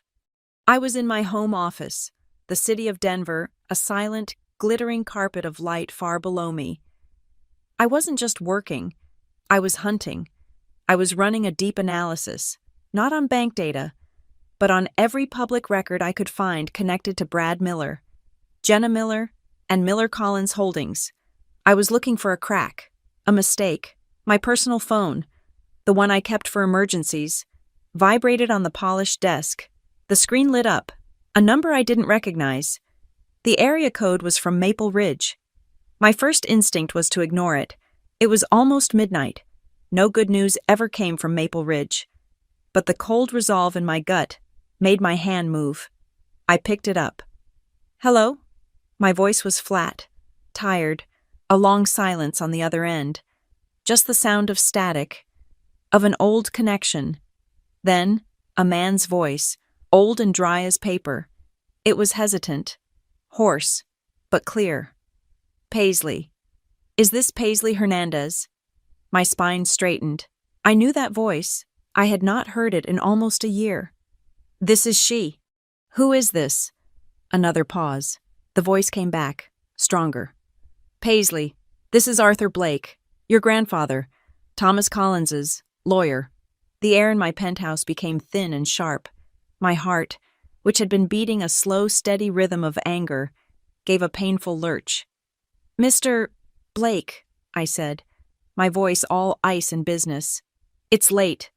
"Yes," he said, and he sounded agitated. He sounded frail. "Yes, I know. My profound apologies for the hour, but I could not let this wait another day." "What is it?" "We need to meet," he said, the words coming out in a rush. "I need you to come to Maple Ridge, as soon as you can, tomorrow, if possible." "Mr. Blake, I run a division of a major company. I can't just fly across the country on a whim. What is this about?" He stopped. I heard him take a deep, shuddering breath. "It's about your grandfather's will. I need you to come, and I need you to bring your grandmother Evelyn. Just you, and her, no one else. Do you understand, no one else?" My hand was gripping the phone so tightly my knuckles were white. "Mr. Blake," I said, my voice dangerously quiet. "We were in your office. The will was read. The will was executed. As far as I'm concerned, that conversation is over." The silence on the line was deafening. It stretched for 5, 10, 15 seconds. I thought he had hung up. "Paisley," he finally said, and his voice was a raw, broken whisper. "That's exactly why I need to talk to you. Please." I was on the 6 a.m. flight. I didn't pack a bag. I just walked out of my apartment, got in my car, and drove to the airport. I landed in Chicago, rented the fastest car they had, and was in Maple Ridge by 10. I picked up my grandmother from her beige, sterile apartment. She looked terrified. I hadn't told her why. I just said, "Arthur Blake called. He needs to see us. Now." She didn't ask a single question. She just grabbed her coat. The bakery beneath Arthur's office was wafting the smell of cinnamon buns into the cold morning air. It made me sick. We climbed the dusty, narrow stairs. His office door was open. He was standing there, waiting. He looked ruined. The man I remembered from the reading, the one who was so composed and procedural, was gone. This man looked 100 years old. His white hair was uncombed, his suit rumpled, his eyes were red-rimmed and panicked. "Evelyn, Paisley, thank God," he ushered us in. Not to the conference room, but to his private, cluttered office. He didn't just close the door, he turned the heavy, old-fashioned lock. The click echoed in the small space. He went to his desk and switched his phone to Do Not Disturb, the small red light glowing. "Please," he said, gesturing to 2 client chairs that were cracked with age. We sat. My grandmother was twisting her hands in her lap. I sat as still as a stone. Arthur Blake sat behind his massive mahogany desk. He didn't speak. He just pulled a thick accordion file toward him. It was the same one from the reading, the Thomas Collins file. He put his hands flat on the desk. He looked at my grandmother, then at me. "I am going to say something," he began, his voice shaking, "that I have never had to say in 45 years of practicing law. I made a mistake, a terrible, unforgivable, serious mistake." My grandmother gasped. "And," he continued, his eyes finding mine, "someone took advantage of that mistake. Someone took advantage of me, and they took advantage of Thomas." "What are you talking about, Arthur?" my grandmother whispered. "What mistake?" He opened the file. "The will, the revised will, the one I read." He looked at me. "Paisley, you were there. You heard me say that document was executed 1 week before your grandfather's death." "I remember," I said. What I did not say, what I was too ashamed to admit at the time, was the circumstances of that execution. He leaned forward. "About a week before Thomas passed, yes, I received a request for an update, an urgent, final update, but Thomas did not come to my office to sign it." A cold dread, heavier and darker than anything I had felt before, was uncoiling in my stomach. "He was too weak to travel, I was told," Arthur said, his voice dripping with self-loathing. "They told me he had signed it at home, in front of a notary they provided, and they just needed me to file it, to make it official." "Who?" I said.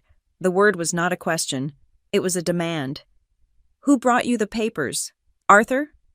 my grandmother asked, her voice suddenly strong. Arthur Blake looked down at his desk. "It was Jenna Miller," he said. "She came in, looking distraught. She was with her stepfather, Brad. He did all the talking. He said Thomas was lucid but fading, and that he was panicked about making sure Jenna was protected. They presented the document. It had a signature. It had a notary stamp. And you just took it," I asked.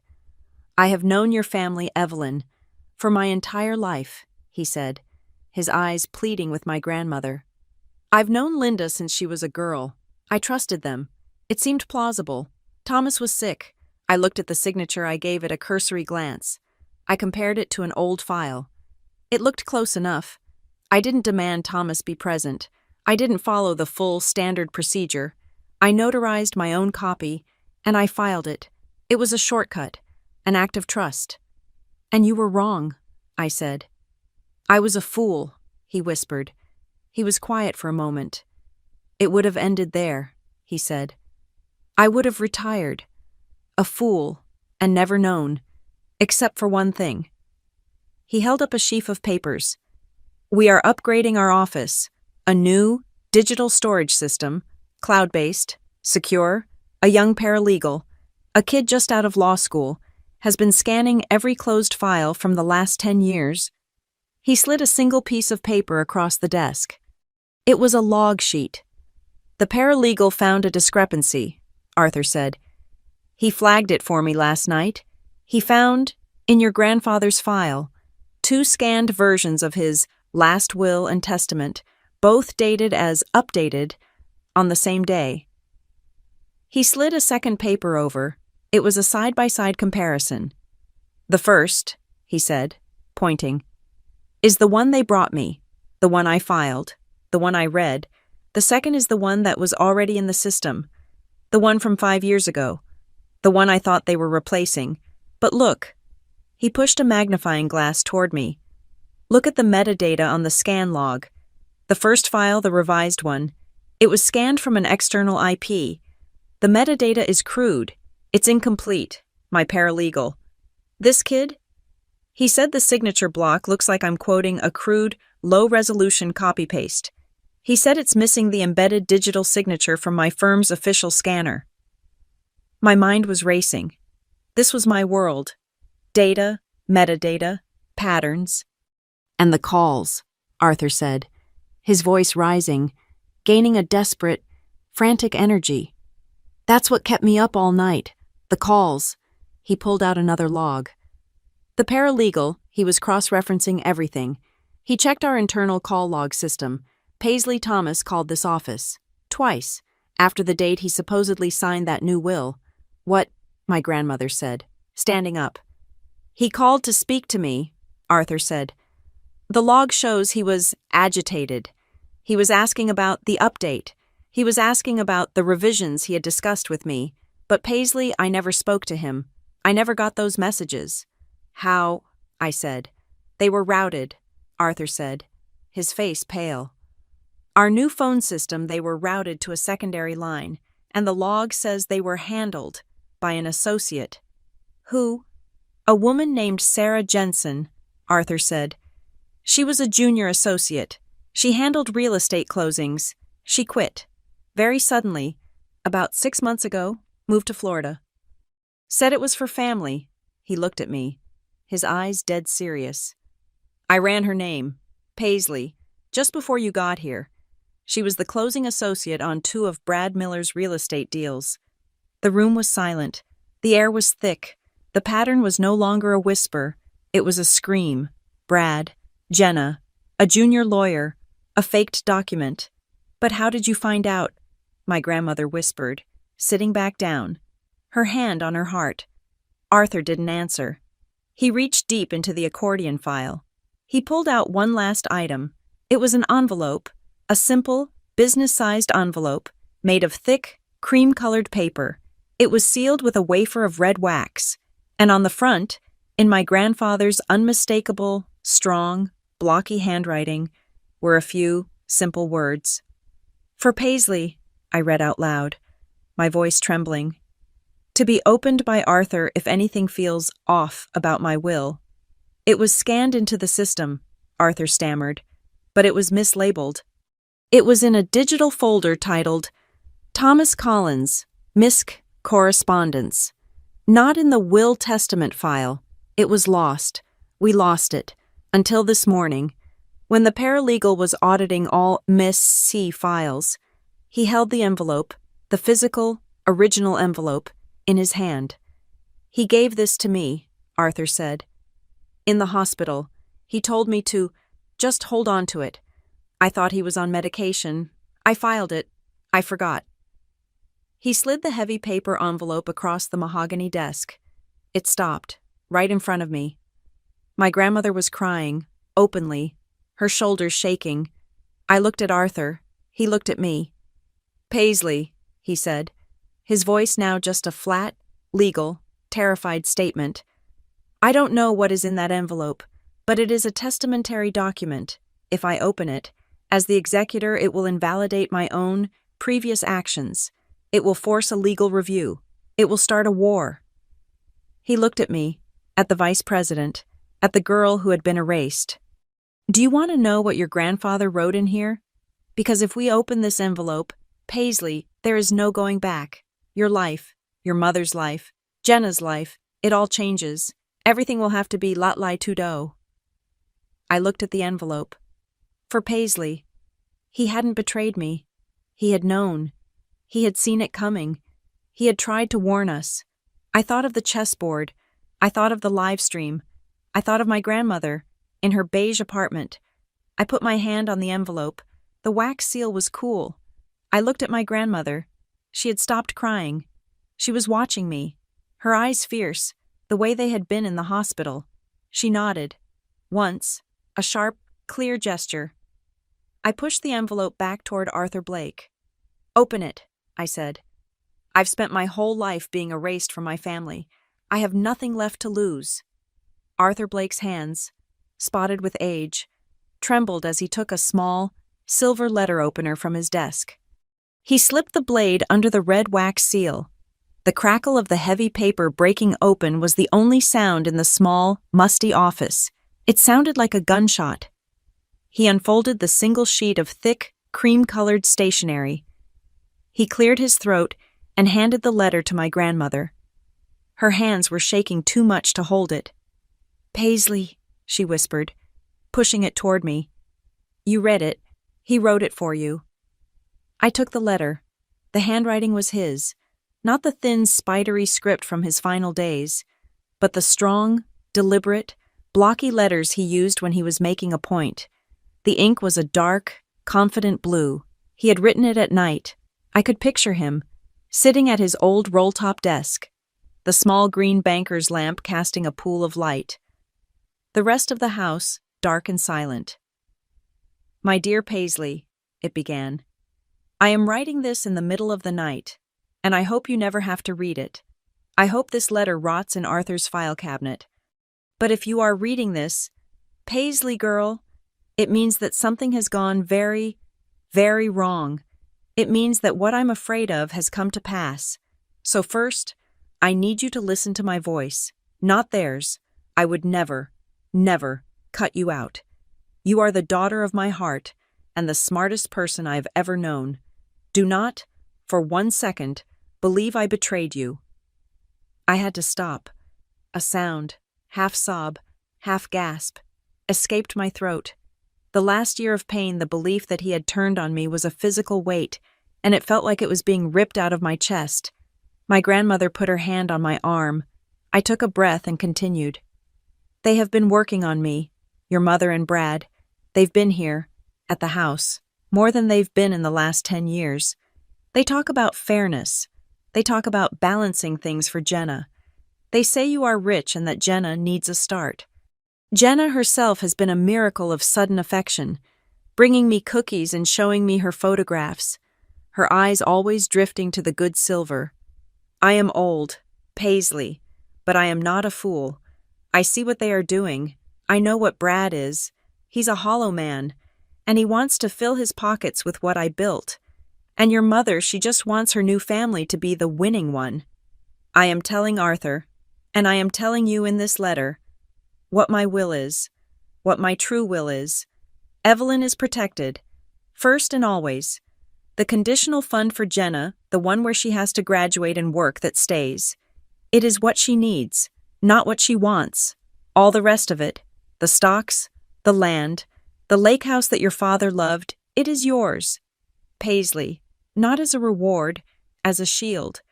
It is the armor I am leaving you because I won't be here to protect you myself. I am afraid.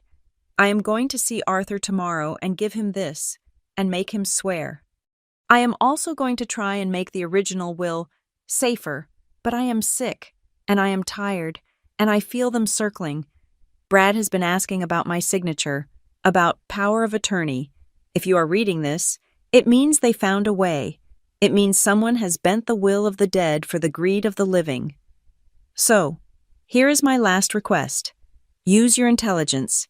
You have a mind like a steel trap. Use it. Find the truth. But do not let this turn you into them. Do not let this hatred eat you. Fix this, and then go live your life, the one you built, the one I am so damn proud of. I love you, Paisley girl. Don't you ever doubt it. Grandpa Tom. The letter fell from my fingers onto the desk. I was not relieved. I was not happy. I was incandescent with rage. It was a clean, white-hot fury that burned away the last year of doubt, grief, and confusion. He hadn't betrayed me. They had betrayed him. They had used his final, weakest days to commit the one act he had spent his life trying to prevent. They had taken his love and twisted it into a weapon against me. They had put him in the ground and then danced on his grave, selling his memory for $100 on a live stream. My grandmother was weeping silently, her face in her hands. I looked at Arthur Blake. He looked like a man on a gallows. "So," I said, my voice cold and low, "what happens now?" Arthur took a deep breath.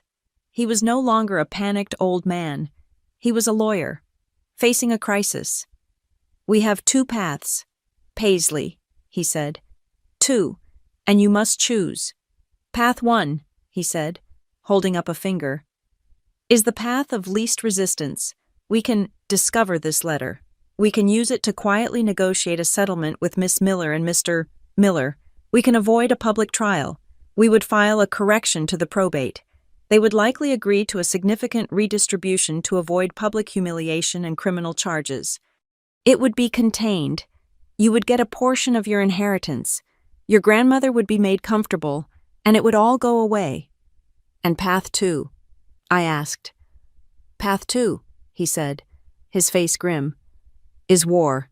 We file a petition with the probate court to have the revised will thrown out entirely, on grounds of fraud, forgery, and undue influence. We present all of it, the letter, the metadata, the call logs, the testimony of the paralegal, my testimony, admitting my own negligence. We will have to depose your mother, Brad, and Jenna. We will have to sue them. It will be public, it will be ugly, and it will be expensive. And if we win, the revised will is invalidated, and the original will, the one your grandfather described in his letter, becomes the only one. You would inherit everything, just as he intended." He leaned forward. "But I am warning you, Paisley, this will tear your family apart. Permanently." I almost laughed. "What family?" I looked at my grandmother. She had stopped crying. She was watching me, her eyes clear. She knew what this meant. It meant facing her daughter, Linda, in a courtroom. It meant testifying against her. I turned back to Arthur. "Mr. Blake, let me understand. Path one, we let them get away with a slap on the wrist. We let them keep a portion of what they stole, just so we can avoid a fight. It's a practical, clean solution," he began. "It's not a solution," I snapped. "It's a transaction. Path two. We do path two." "Paisley," he said. "You must be sure." "I am sure," I said. Standing up, I was pacing now. My mind was moving fast, the data points clicking into place. If we take path one, we are doing exactly what they want. We are balancing things. We are letting them win. You will live the rest of your life knowing you let this happen, and I will live the rest of mine, knowing I let them get away with it. My grandfather deserves better. His memory deserves better. He wrote that letter, begging for help. We are going to help him. We are going to fix this. We are going to war. My grandmother Evelyn stood up, her small frame surprisingly rigid. "He has to face his daughter," she said, her voice small but firm. "I can face mine." A look of profound, pained relief washed over Arthur Blake's face. It was as if he had been absolved. "All right," he said. "Then we begin." "No," I said. "Not we. Not just yet." They both looked at me. "Mr. Blake," I said, "your team has done a good job finding the noise. Now, let me find the signal. You are a small-town lawyer. They are amateurs. I am a vice president of data. This is what I do." I pointed at his new computer. "You have a digital case file." "Yes." "The scans, the logs, the paralegal's report." "Yes, of course." "I want access," I said. "Supervised. If you have to. I don't want to just see the report. I want to see the raw data. I want to see the file extensions, the timestamps, the IP addresses. They were clumsy." "Mr. Blake?" "I guarantee you, they were clumsy." For the next 4 hours, I sat at that paralegal's desk, with Arthur watching over my shoulder. My grandmother made coffee, her hands steady. It was, as I suspected, a joke. "There," I said, pointing to the screen. I was in the law firm's server logs. "The revised will, the PDF scan. Look at the metadata." Arthur leaned in. I don't see. Right there, I said. Upload source IP address 72.144xx timestamp 4:03 p.m. I was already running the IP in a separate tracer. This IP address doesn't belong to your law firm. It doesn't belong to the hospital. It doesn't belong to my grandfather's house. It resolves to a commercial block on Main Street, Maple Ridge. I pulled up the business registry, specifically to the address of Miller Collins Miller Real Estate, Brad's old office. They didn't even file it from your building. They scanned it and emailed it to that associate, Sarah Jensen, who then uploaded it to your system from her computer. They faked a will, and they uploaded it from their own office. My God, Arthur whispered. We're not done, I said. I was typing, my fingers flying. We need a handwriting expert, not just a glance, a real one. I have a man in Chicago, Arthur said. Get him, I said. Get him the revised signature, and get him this. I pulled up the bank's website. I want every check my grandfather signed in the last 6 months of his life. Get the digital images from the bank. We need a baseline. We need to compare the tremor. While he made the call, I kept digging, and then I remembered. Cousin Mark, the man who got the tools, the man who had been my grandfather's friend. I found his number in my grandmother's old address book. I stepped into the hallway. Mark, this is Paisley Hernandez. Yes, it's been a long time. I have a strange question. You were with my grandfather a lot, before he passed. Did he ever talk to you about Brad, or about his will? Mark was quiet for a moment. Paisley, he said, his voice low. Your grandfather was a good man, but he was worried. He told me, one night, after dinner, he said, I'm worried about that son-in-law of mine, Mark. He's slick. He's trying to bend things. And then he said, good thing I had Arthur write in a few lines of protection, a little insurance policy, just in case. I didn't know what he meant. Paisley, I figured he knew what he was doing. A few lines of protection, the letter. I went back into the office. The handwriting expert was on speakerphone. Send me the files, the expert said. But from what you're describing, a last-minute signature, brought in by a third party, with a tremor that's inconsistent, that's a classic red flag for imitation. I hung up. I looked at Arthur and my grandmother. I had it. The IP address, the witness, the expert. And the letter, I was ready to make my move. Okay, I said, pulling my laptop out of my bag and opening a new project management file. Here's the plan. We are not going to attack them. We are not going to send a single angry email. We are, I said, going to invite them to a meeting. Arthur looked confused. A meeting, Paisley. We are filing with the probate court. We have to. We will file, I said. You will draft the entire petition. We will have all of our evidence, the letter, the IP log, the preliminary expert report ready to go. We will attach it, but we will not click file, not yet. I turned to my grandmother. Grandma, where is Jenna living?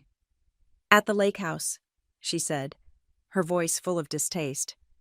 Perfect, I said. Arthur, you are going to call Brad, not Jenna.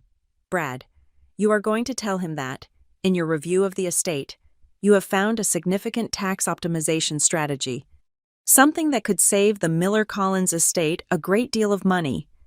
You are going to tell him that it is complex, and it requires an in-person, all-family meeting.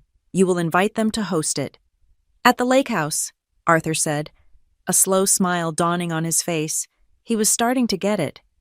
At the lake house, I confirmed. We'll set a family tax consultation. You, me, and Grandma will be there.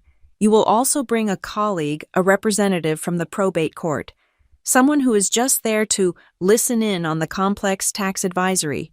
We will present our case, not to a judge, but to them. We will give them one, and only one, opportunity to see the evidence, to see that they have been caught. What's the point? Paisley, my grandmother asked. The point, I said, is to watch them self-destruct. The point is to give them the chance, on tape, in front of a court witness, to either confess, lie, or blame each other. And they will blame each other. Brad will throw Jenna under the bus. Jenna will cry and blame Brad, and we will get all of it. Then we file the petition, complete with their admissions. I closed my laptop. My grandfather taught me to play chess. He said, "Never just react. This is our move. We are not just taking back his money, we are taking back his name." I walked out of Arthur Blake's office, my grandmother on my arm. The air on the town square was cold and sharp. I looked at the familiar, sleepy buildings, but I wasn't in Maple Ridge. I was on a battlefield. I looked out, past the bakery, toward the road that led to the lake. I thought of my grandfather. I was no longer the little girl, banished to the room by the garage. I was no longer the invisible woman, erased from a will. I was the shield. I was the armor. And I was, finally, ready to fight. Brad Miller took the bait, just as I knew he would. Arthur Blake's phone call, perfectly pitched with a lawyer's dry concern over significant tax liabilities and new optimization strategies, was a siren song for a man like Brad. The idea of losing a single dollar of my grandfather's money to the IRS was an offense. The idea of saving money was his entire personality. He not only agreed to the meeting, he insisted on hosting it. "We should do it at the estate," he'd said, his voice full of casual ownership. "Easier for my team to join." Jenna, of course, was delighted. A professional meeting was just another performance. So, on a cold, bright Thursday morning, we drove up the long, gravel driveway. My grandmother sat in the passenger seat of Arthur's sedan, her back as straight as a steel rod. I was in the back, my laptop bag on my knees. It contained nothing but a hard drive, a digital voice recorder, and my phone. The house, his house, looked different. Jenna's makeover was complete. It looked like a sterile, white and gray box, scrubbed clean of all warmth, all history. She had even painted the front door a glossy, offensive black. She greeted us at that door, not with a hug, but with an air of professional importance. She was a CEO, receiving her board. "Arthur," she said, nodding. "Grandma, Paisley." Her voice was cool. She was the heiress. We were the visitors. The living room, the one that used to smell of wood smoke and old books, now smelled of vanilla-scented candles. The comfortable, worn furniture was gone, replaced by a massive, gray sectional sofa. A long, dark wood dining table, clearly new, had been set up as a conference table, complete with notepads and glasses of water. Jenna had even put a large minimalist vase with 2 white orchids in the center. It was all a stage set. Brad was at the head of the table, looking every bit the private investment firm president. He wore an expensive-looking blue blazer, no tie. He was flanked by 2 men in identical suits. His financial advisors, my mother, Linda, was there, but she wasn't at the table. She was by the new, stainless steel coffee machine, playing hostess. "Coffee, Arthur Paisley?" she asked, her voice bright and brittle. "No, thank you, Linda," I said. We took our seats. My grandmother, Arthur, and I sat on one side. Across from us sat Brad, Jenna, and the 2 suits, and at the end of the table, a neutral party, was a quiet, unassuming man in his 50s, whom Arthur introduced as my colleague, Mr. Graves, a specialist in complex estate trusts. Mr. Graves was, in fact, a clerk from the county probate court. Attending as an official observer, he nodded at everyone and opened his briefcase. For a moment, we all just sat there, the silence punctuated by the clinking of my mother's coffee cups. "Well," Brad said, leaning back, all executive charm, "let's get started. Arthur, you said you had some strategies for us. The estate tax on this place is, well, it's significant. I'm all ears on how we can optimize, as you put it." Arthur Blake, who I had only ever seen as a flustered, panicked old man, was transformed. He was in his element. He was a lawyer. He placed his laptop on the table and connected it to the massive flat-screen television Jenna had installed over the fireplace. "Indeed, Brad," Arthur said, his voice dry and procedural. "The Collins estate is complex. Before we can discuss future strategies, we must have a complete understanding of the assets as they currently stand." The first slide appeared. Overview. Collins estate assets. It listed the house, the land, the stock portfolio. Brad and Jenna nodded, looking smug. One of Brad's suits was already taking notes. "The total value, as of the last probate filing, is here," Arthur continued. "Slide 2, a very large number." "Now," Arthur said, his thumb clicking the remote. "The entire disposition of these assets is, of course, governed by the primary testamentary document, the will." The next slide was blank. Then, 2 documents appeared, side by side. "On the left," Arthur said, his voice as calm as a lecturer's, "we have the last will and testament of Thomas Collins, executed in my office 6 years ago, signed by Mr. Collins, myself, and my senior partner." He pointed to the document on the right.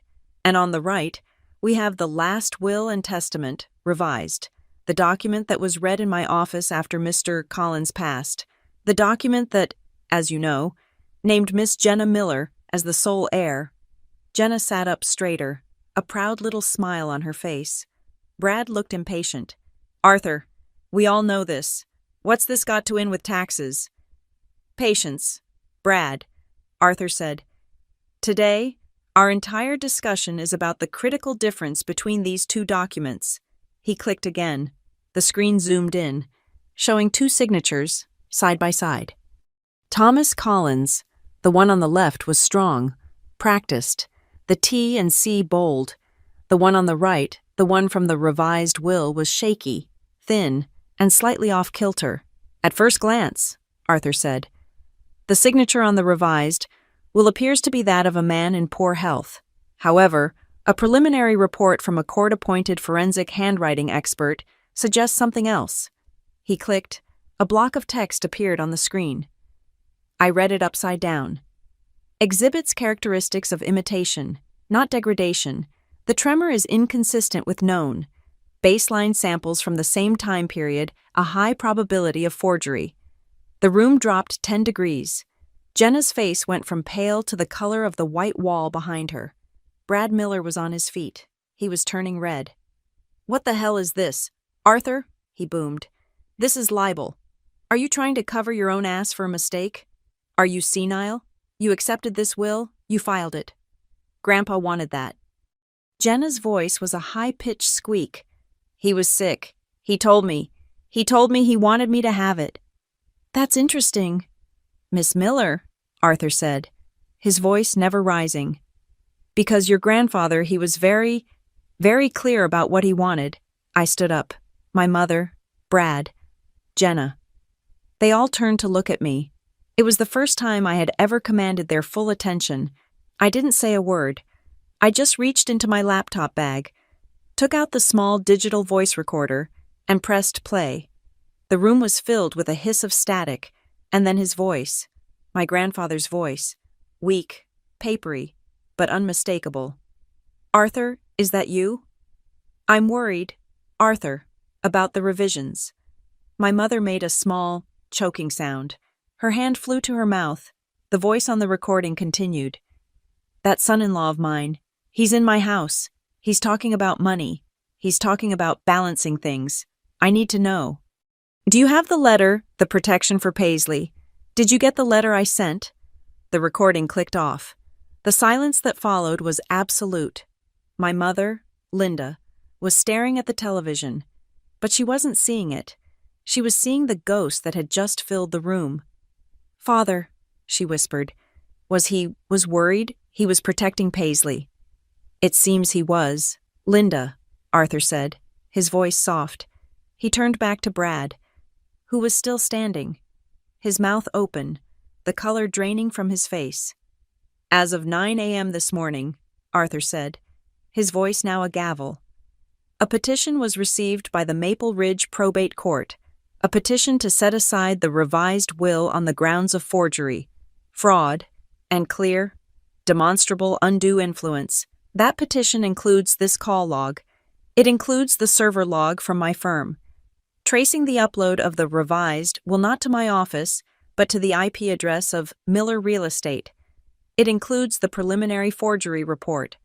And it includes the sworn affidavit of a Miss Sarah Jensen, a former associate tracked down in Florida, who has admitted to mishandling documents in exchange for a personal loan from Mr.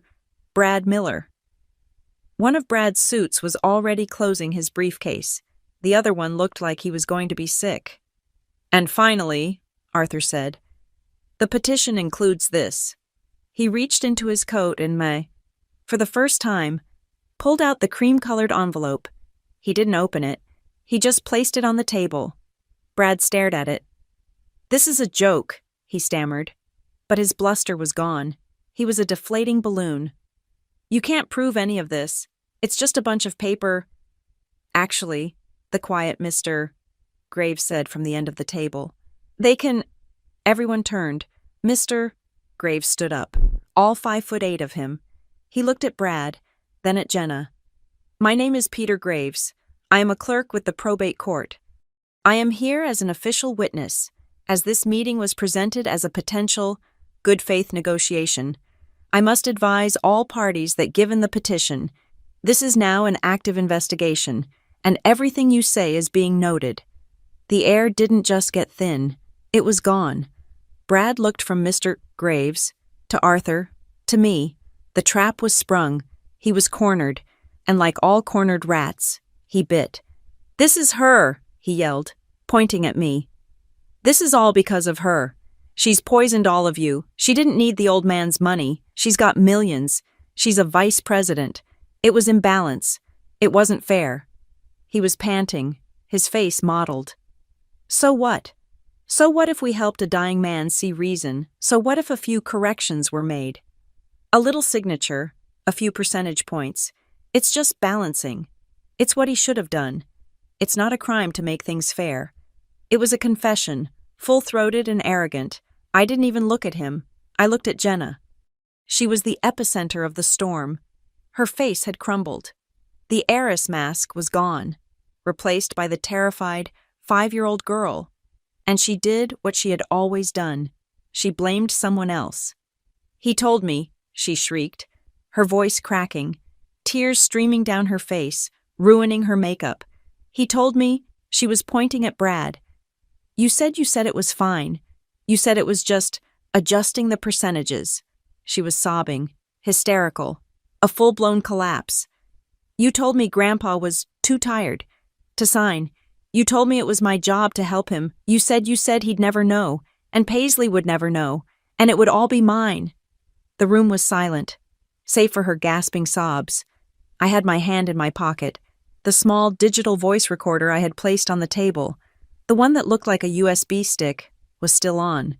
Its tiny red light was glowing. My mother, Linda, just sat. She didn't move. She just sat on the coffee machine stool, a ghost in her own daughter's play. She looked at me, her eyes vacant, pleading. Paisley, she whispered, a word I could barely hear. I didn't know. I just looked at her, the cold, hard, empty look of a zero. I gave her nothing. She had given me nothing, and now I was returning the favor. Mr. Graves, the court clerk, stood up and cleared his throat, the sound like an axe splitting wood. This meeting is over, he said, his voice all business. Mrs. Miller, Mr. Miller, Miss Miller, I advise you to contact your attorneys, immediately, by order of the court. As of this moment, all assets of the Collins estate are hereby frozen, all accounts, all property, all sales, everything. He looked at Brad. That includes Miller Collins Holdings. He looked at Jenna. And that includes the boat. We filed out, my grandmother, her hand on my arm, walked out of that house without looking back. I was the last to leave. Co. I paused on the wraparound porch, the one from Jenna's Instagram story. I looked out at the lake. It was gray and cold, the water choppy. Down at the dock, a man from the bank was already there, a large, fluorescent orange sticker in his hand, walking toward the new $60,000 wakeboarding boat. Jenna was at the window, watching him. Her face was a mask of pure, primal horror. I didn't feel joy. I didn't feel avenged. I felt quiet. I walked out to the edge of the lawn, near the water, where my grandfather had taught me to skip stones. He hadn't wanted me to have his money. He had wanted me to have his protection. He had wanted me to have a voice. And standing there, as the first cold drops of rain began to fall, I finally understood. This wasn't about the money at all. It was about giving him his voice back. It was about making sure that, finally, the truth he had written was the only one that would ever be read. The legal battle, when it came, was not a quiet negotiation. It was a full-scale conflagration. The petition to the probate court, thick with evidence, became public record. The local press, starved for scandal, devoured it. The story of the wealthy, unassuming Maple Ridge investor, the forged will, and the two granddaughters, one a local heiress, the other a Denver tech mogul, became front-page news. The hearing was scheduled for 3 months later, 3 months in which the Collins estate remained frozen, a monument to a crime, its white and gray rooms gathering dust. The courtroom was small, old, and packed. The wooden pews were filled with Maple Ridge locals, all there to see the drama unfold. I sat in the front row, not with my mother, but with my grandmother Evelyn. I had flown in my own legal team from Denver, but we were being represented by a sharp, unsmiling man from Chicago whom Arthur Blake had called a shark. Arthur, to his credit, was sitting behind us, his face pale. He was listed as a primary witness.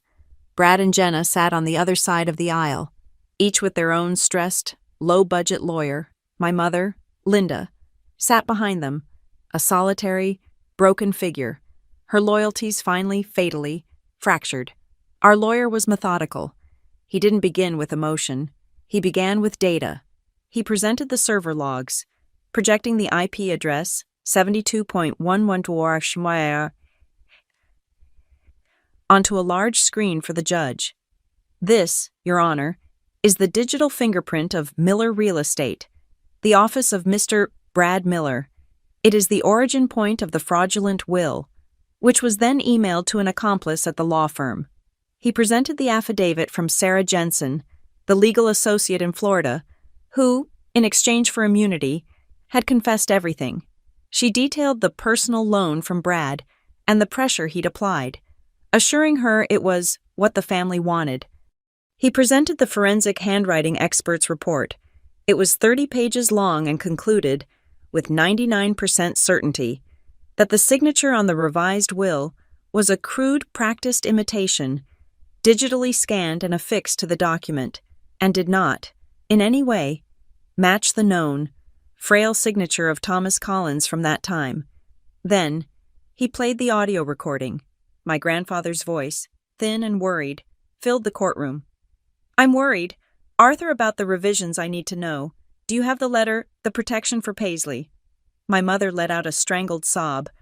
The entire courtroom heard it, and finally, our lawyer submitted the letter itself. He read it, from "My dear Paisley" to "Don't you ever doubt it," into the official court record. When he finished, the silence in the room was a living, breathing thing. Then, the witnesses. My grandmother Evelyn was first for our side. She was small, but her voice was clear. She told the court about her husband of 55 years, about how he had built his own wealth, about how he had loved his firstborn daughter, but was deeply worried about her new husband, Brad, and how, most of all, he was determined to protect Paisley. "He told me," she said, looking at the judge, "that Paisley had been forced to carve her own path, and he was going to make damn sure she had a foundation. He said he wouldn't let the wolves get to her." Arthur Blake was next. He looked broken. He admitted his negligence. He admitted he was fooled, that he had trusted Brad and Jenna, and that it was the greatest failure of my professional life. His testimony, full of self-incrimination, made the evidence irrefutable. Then, it was their turn. Brad Miller took the stand. He was all bluster, his face red, his expensive suit looking cheap under the fluorescent lights. His lawyer tried to object, but Brad couldn't help himself. "Yes, I knew Sarah Jensen," he spat. "She was a fine associate. I might have loaned her some money, but this is a fantasy. This is a rich, spoiled brat," he pointed at me, who couldn't stand that her grandfather finally saw the light. Our lawyer, the shark, was quiet. "Mr. Miller, are these your emails?" He projected them. Calendar invites. "Meeting with Sarah J. Follow up on T.C. Will. Final draft." All sent from his Miller real estate account. Brad's face fell. He stammered. "It's about optimization tax, like I said. It says here, final draft," the lawyer said. "One day before you and Miss Miller visited the hospital, what final draft were you discussing with a real estate associate? Mr. Miller?" He had no answer. He just sat there, trapped, but the real show was Jenna. She took the stand in a performance of a lifetime. She was dressed in a conservative black dress, her face pale, her hands shaking. She cried before the first question was asked. She claimed, in a small, weak voice, that she had done nothing wrong. "Grandpa Tom loved me," she wept. "He wanted me to have the lake house. He told me. He was so tired. He was so sick. He asked me to help him, to sign things." It was a catastrophic admission. The courtroom gasped. "He asked you to sign his will for him?"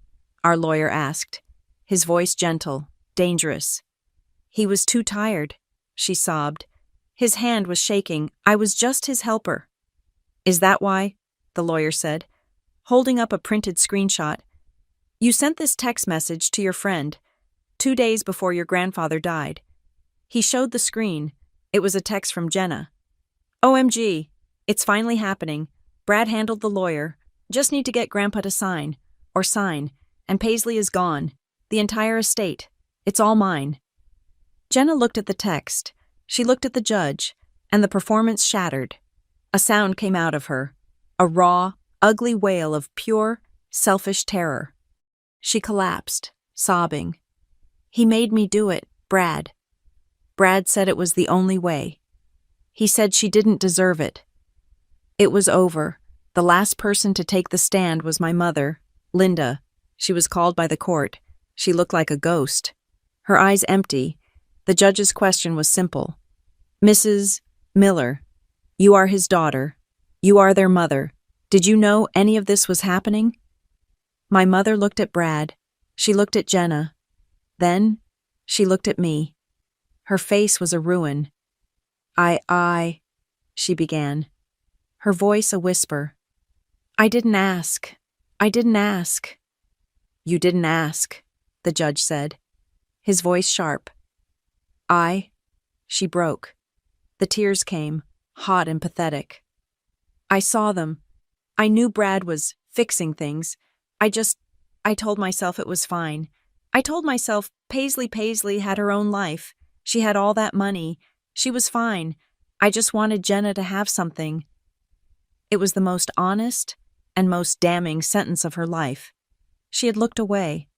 She had, as her final act of motherhood, been willfully, deliberately blind. The judge's decision was immediate. He didn't even need to recess. His voice was like ice.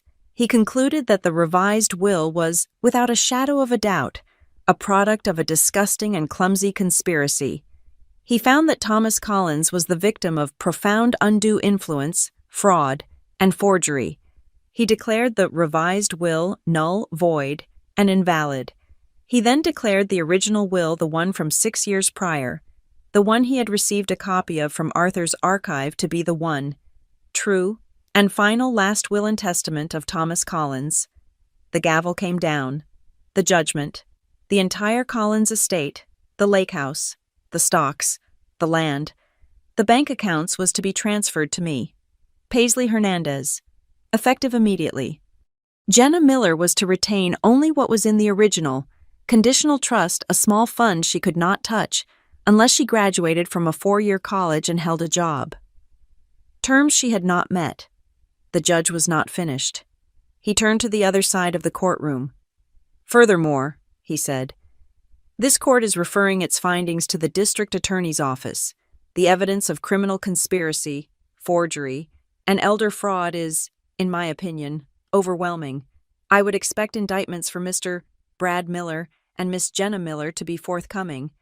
After the courtroom cleared, after the reporters had been pushed aside, I walked with my grandmother and Arthur back to the lake house. It was now, officially, my house. It was silent. Jenna's ugly white furniture and gray rugs were still there. They looked like a cheap stage set that had been abandoned.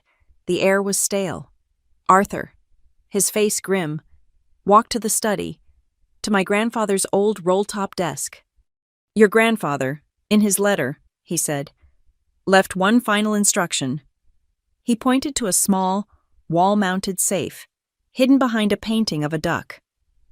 He said, if Paisley is reading my letter, then give her this combination her father's birthday. My breath caught. I turned the old, clicking dial.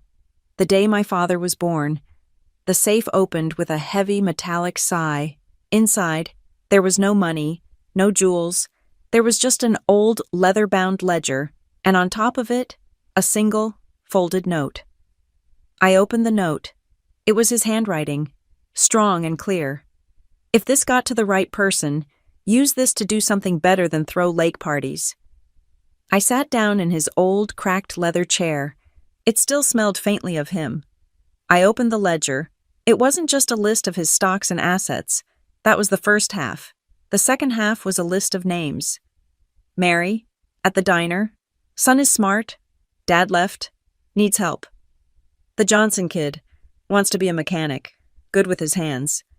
The girl who shelves books at the library. The quiet one. Reminds me of Paisley. It was a list of kids in Maple Ridge, kids he had been watching, kids he had wanted to help, but never had the chance. I knew, in that instant, what my true inheritance was. I didn't sell the lake house. I had it gutted. I had the white paint stripped, the warm wood restored. I found his old furniture in storage, the comfortable chairs, the chess set, and I brought them home. I established the Thomas and Evelyn Collins Fund, a private scholarship for children in that county, children from broken homes, children who were overlooked, children who, like me, were seen as an afterthought. Brad Miller was indicted on 3 felony counts. He is, I believe, still in a legal battle I no longer pay attention to. Jenna, to pay her own legal fees, was forced to sell her car, her designer bags, and every other asset she had. She works, I've heard, as a hostess at a chain restaurant. My mother, Linda, lives in a small, rented apartment, the one my grandfather had originally bequeathed to her for 5 years. She is alone. I do not call. I have not forgiven them. I have just erased them. I have removed myself from their lives as completely as they tried to remove me from his. One afternoon, late last summer, I was sitting on the porch of the lake house. My grandmother, her face softer and more at peace than I had seen in years, was sitting beside me, knitting, down on the water. There was noise, laughter. A group of teenagers, the first class of the Collins Scholars, were at a week-long skills camp. They were learning to code, to manage money, to change a tire. They were learning to be seen. I used to think that revenge was about taking back every dollar they had stolen. I thought it was about winning, about making them as small as they had made me. But as I sat there, listening to the sound of those kids laughing, the sound of a future he had wanted to build, I understood. The most beautiful revenge is not about destruction. It's about reclaiming your own story. It's about taking the very thing they tried to use against you and turning it into a foundation. My stepsister pretended to be the heir and took everything, until my grandfather's lawyer called me not to give me money, but to give me a voice. He called to give my grandfather his voice back. He called to return his right to decide who truly belonged in his family, and this time, they will never be able to erase me from his story again. Thank you so much for listening to my story. I'd love to know, where in the world are you listening from? Let me know in the comments so we can connect. And please share your thoughts. Make sure to subscribe to Maya Revenge Stories, like this video, and hit that hype button so more people can hear this story.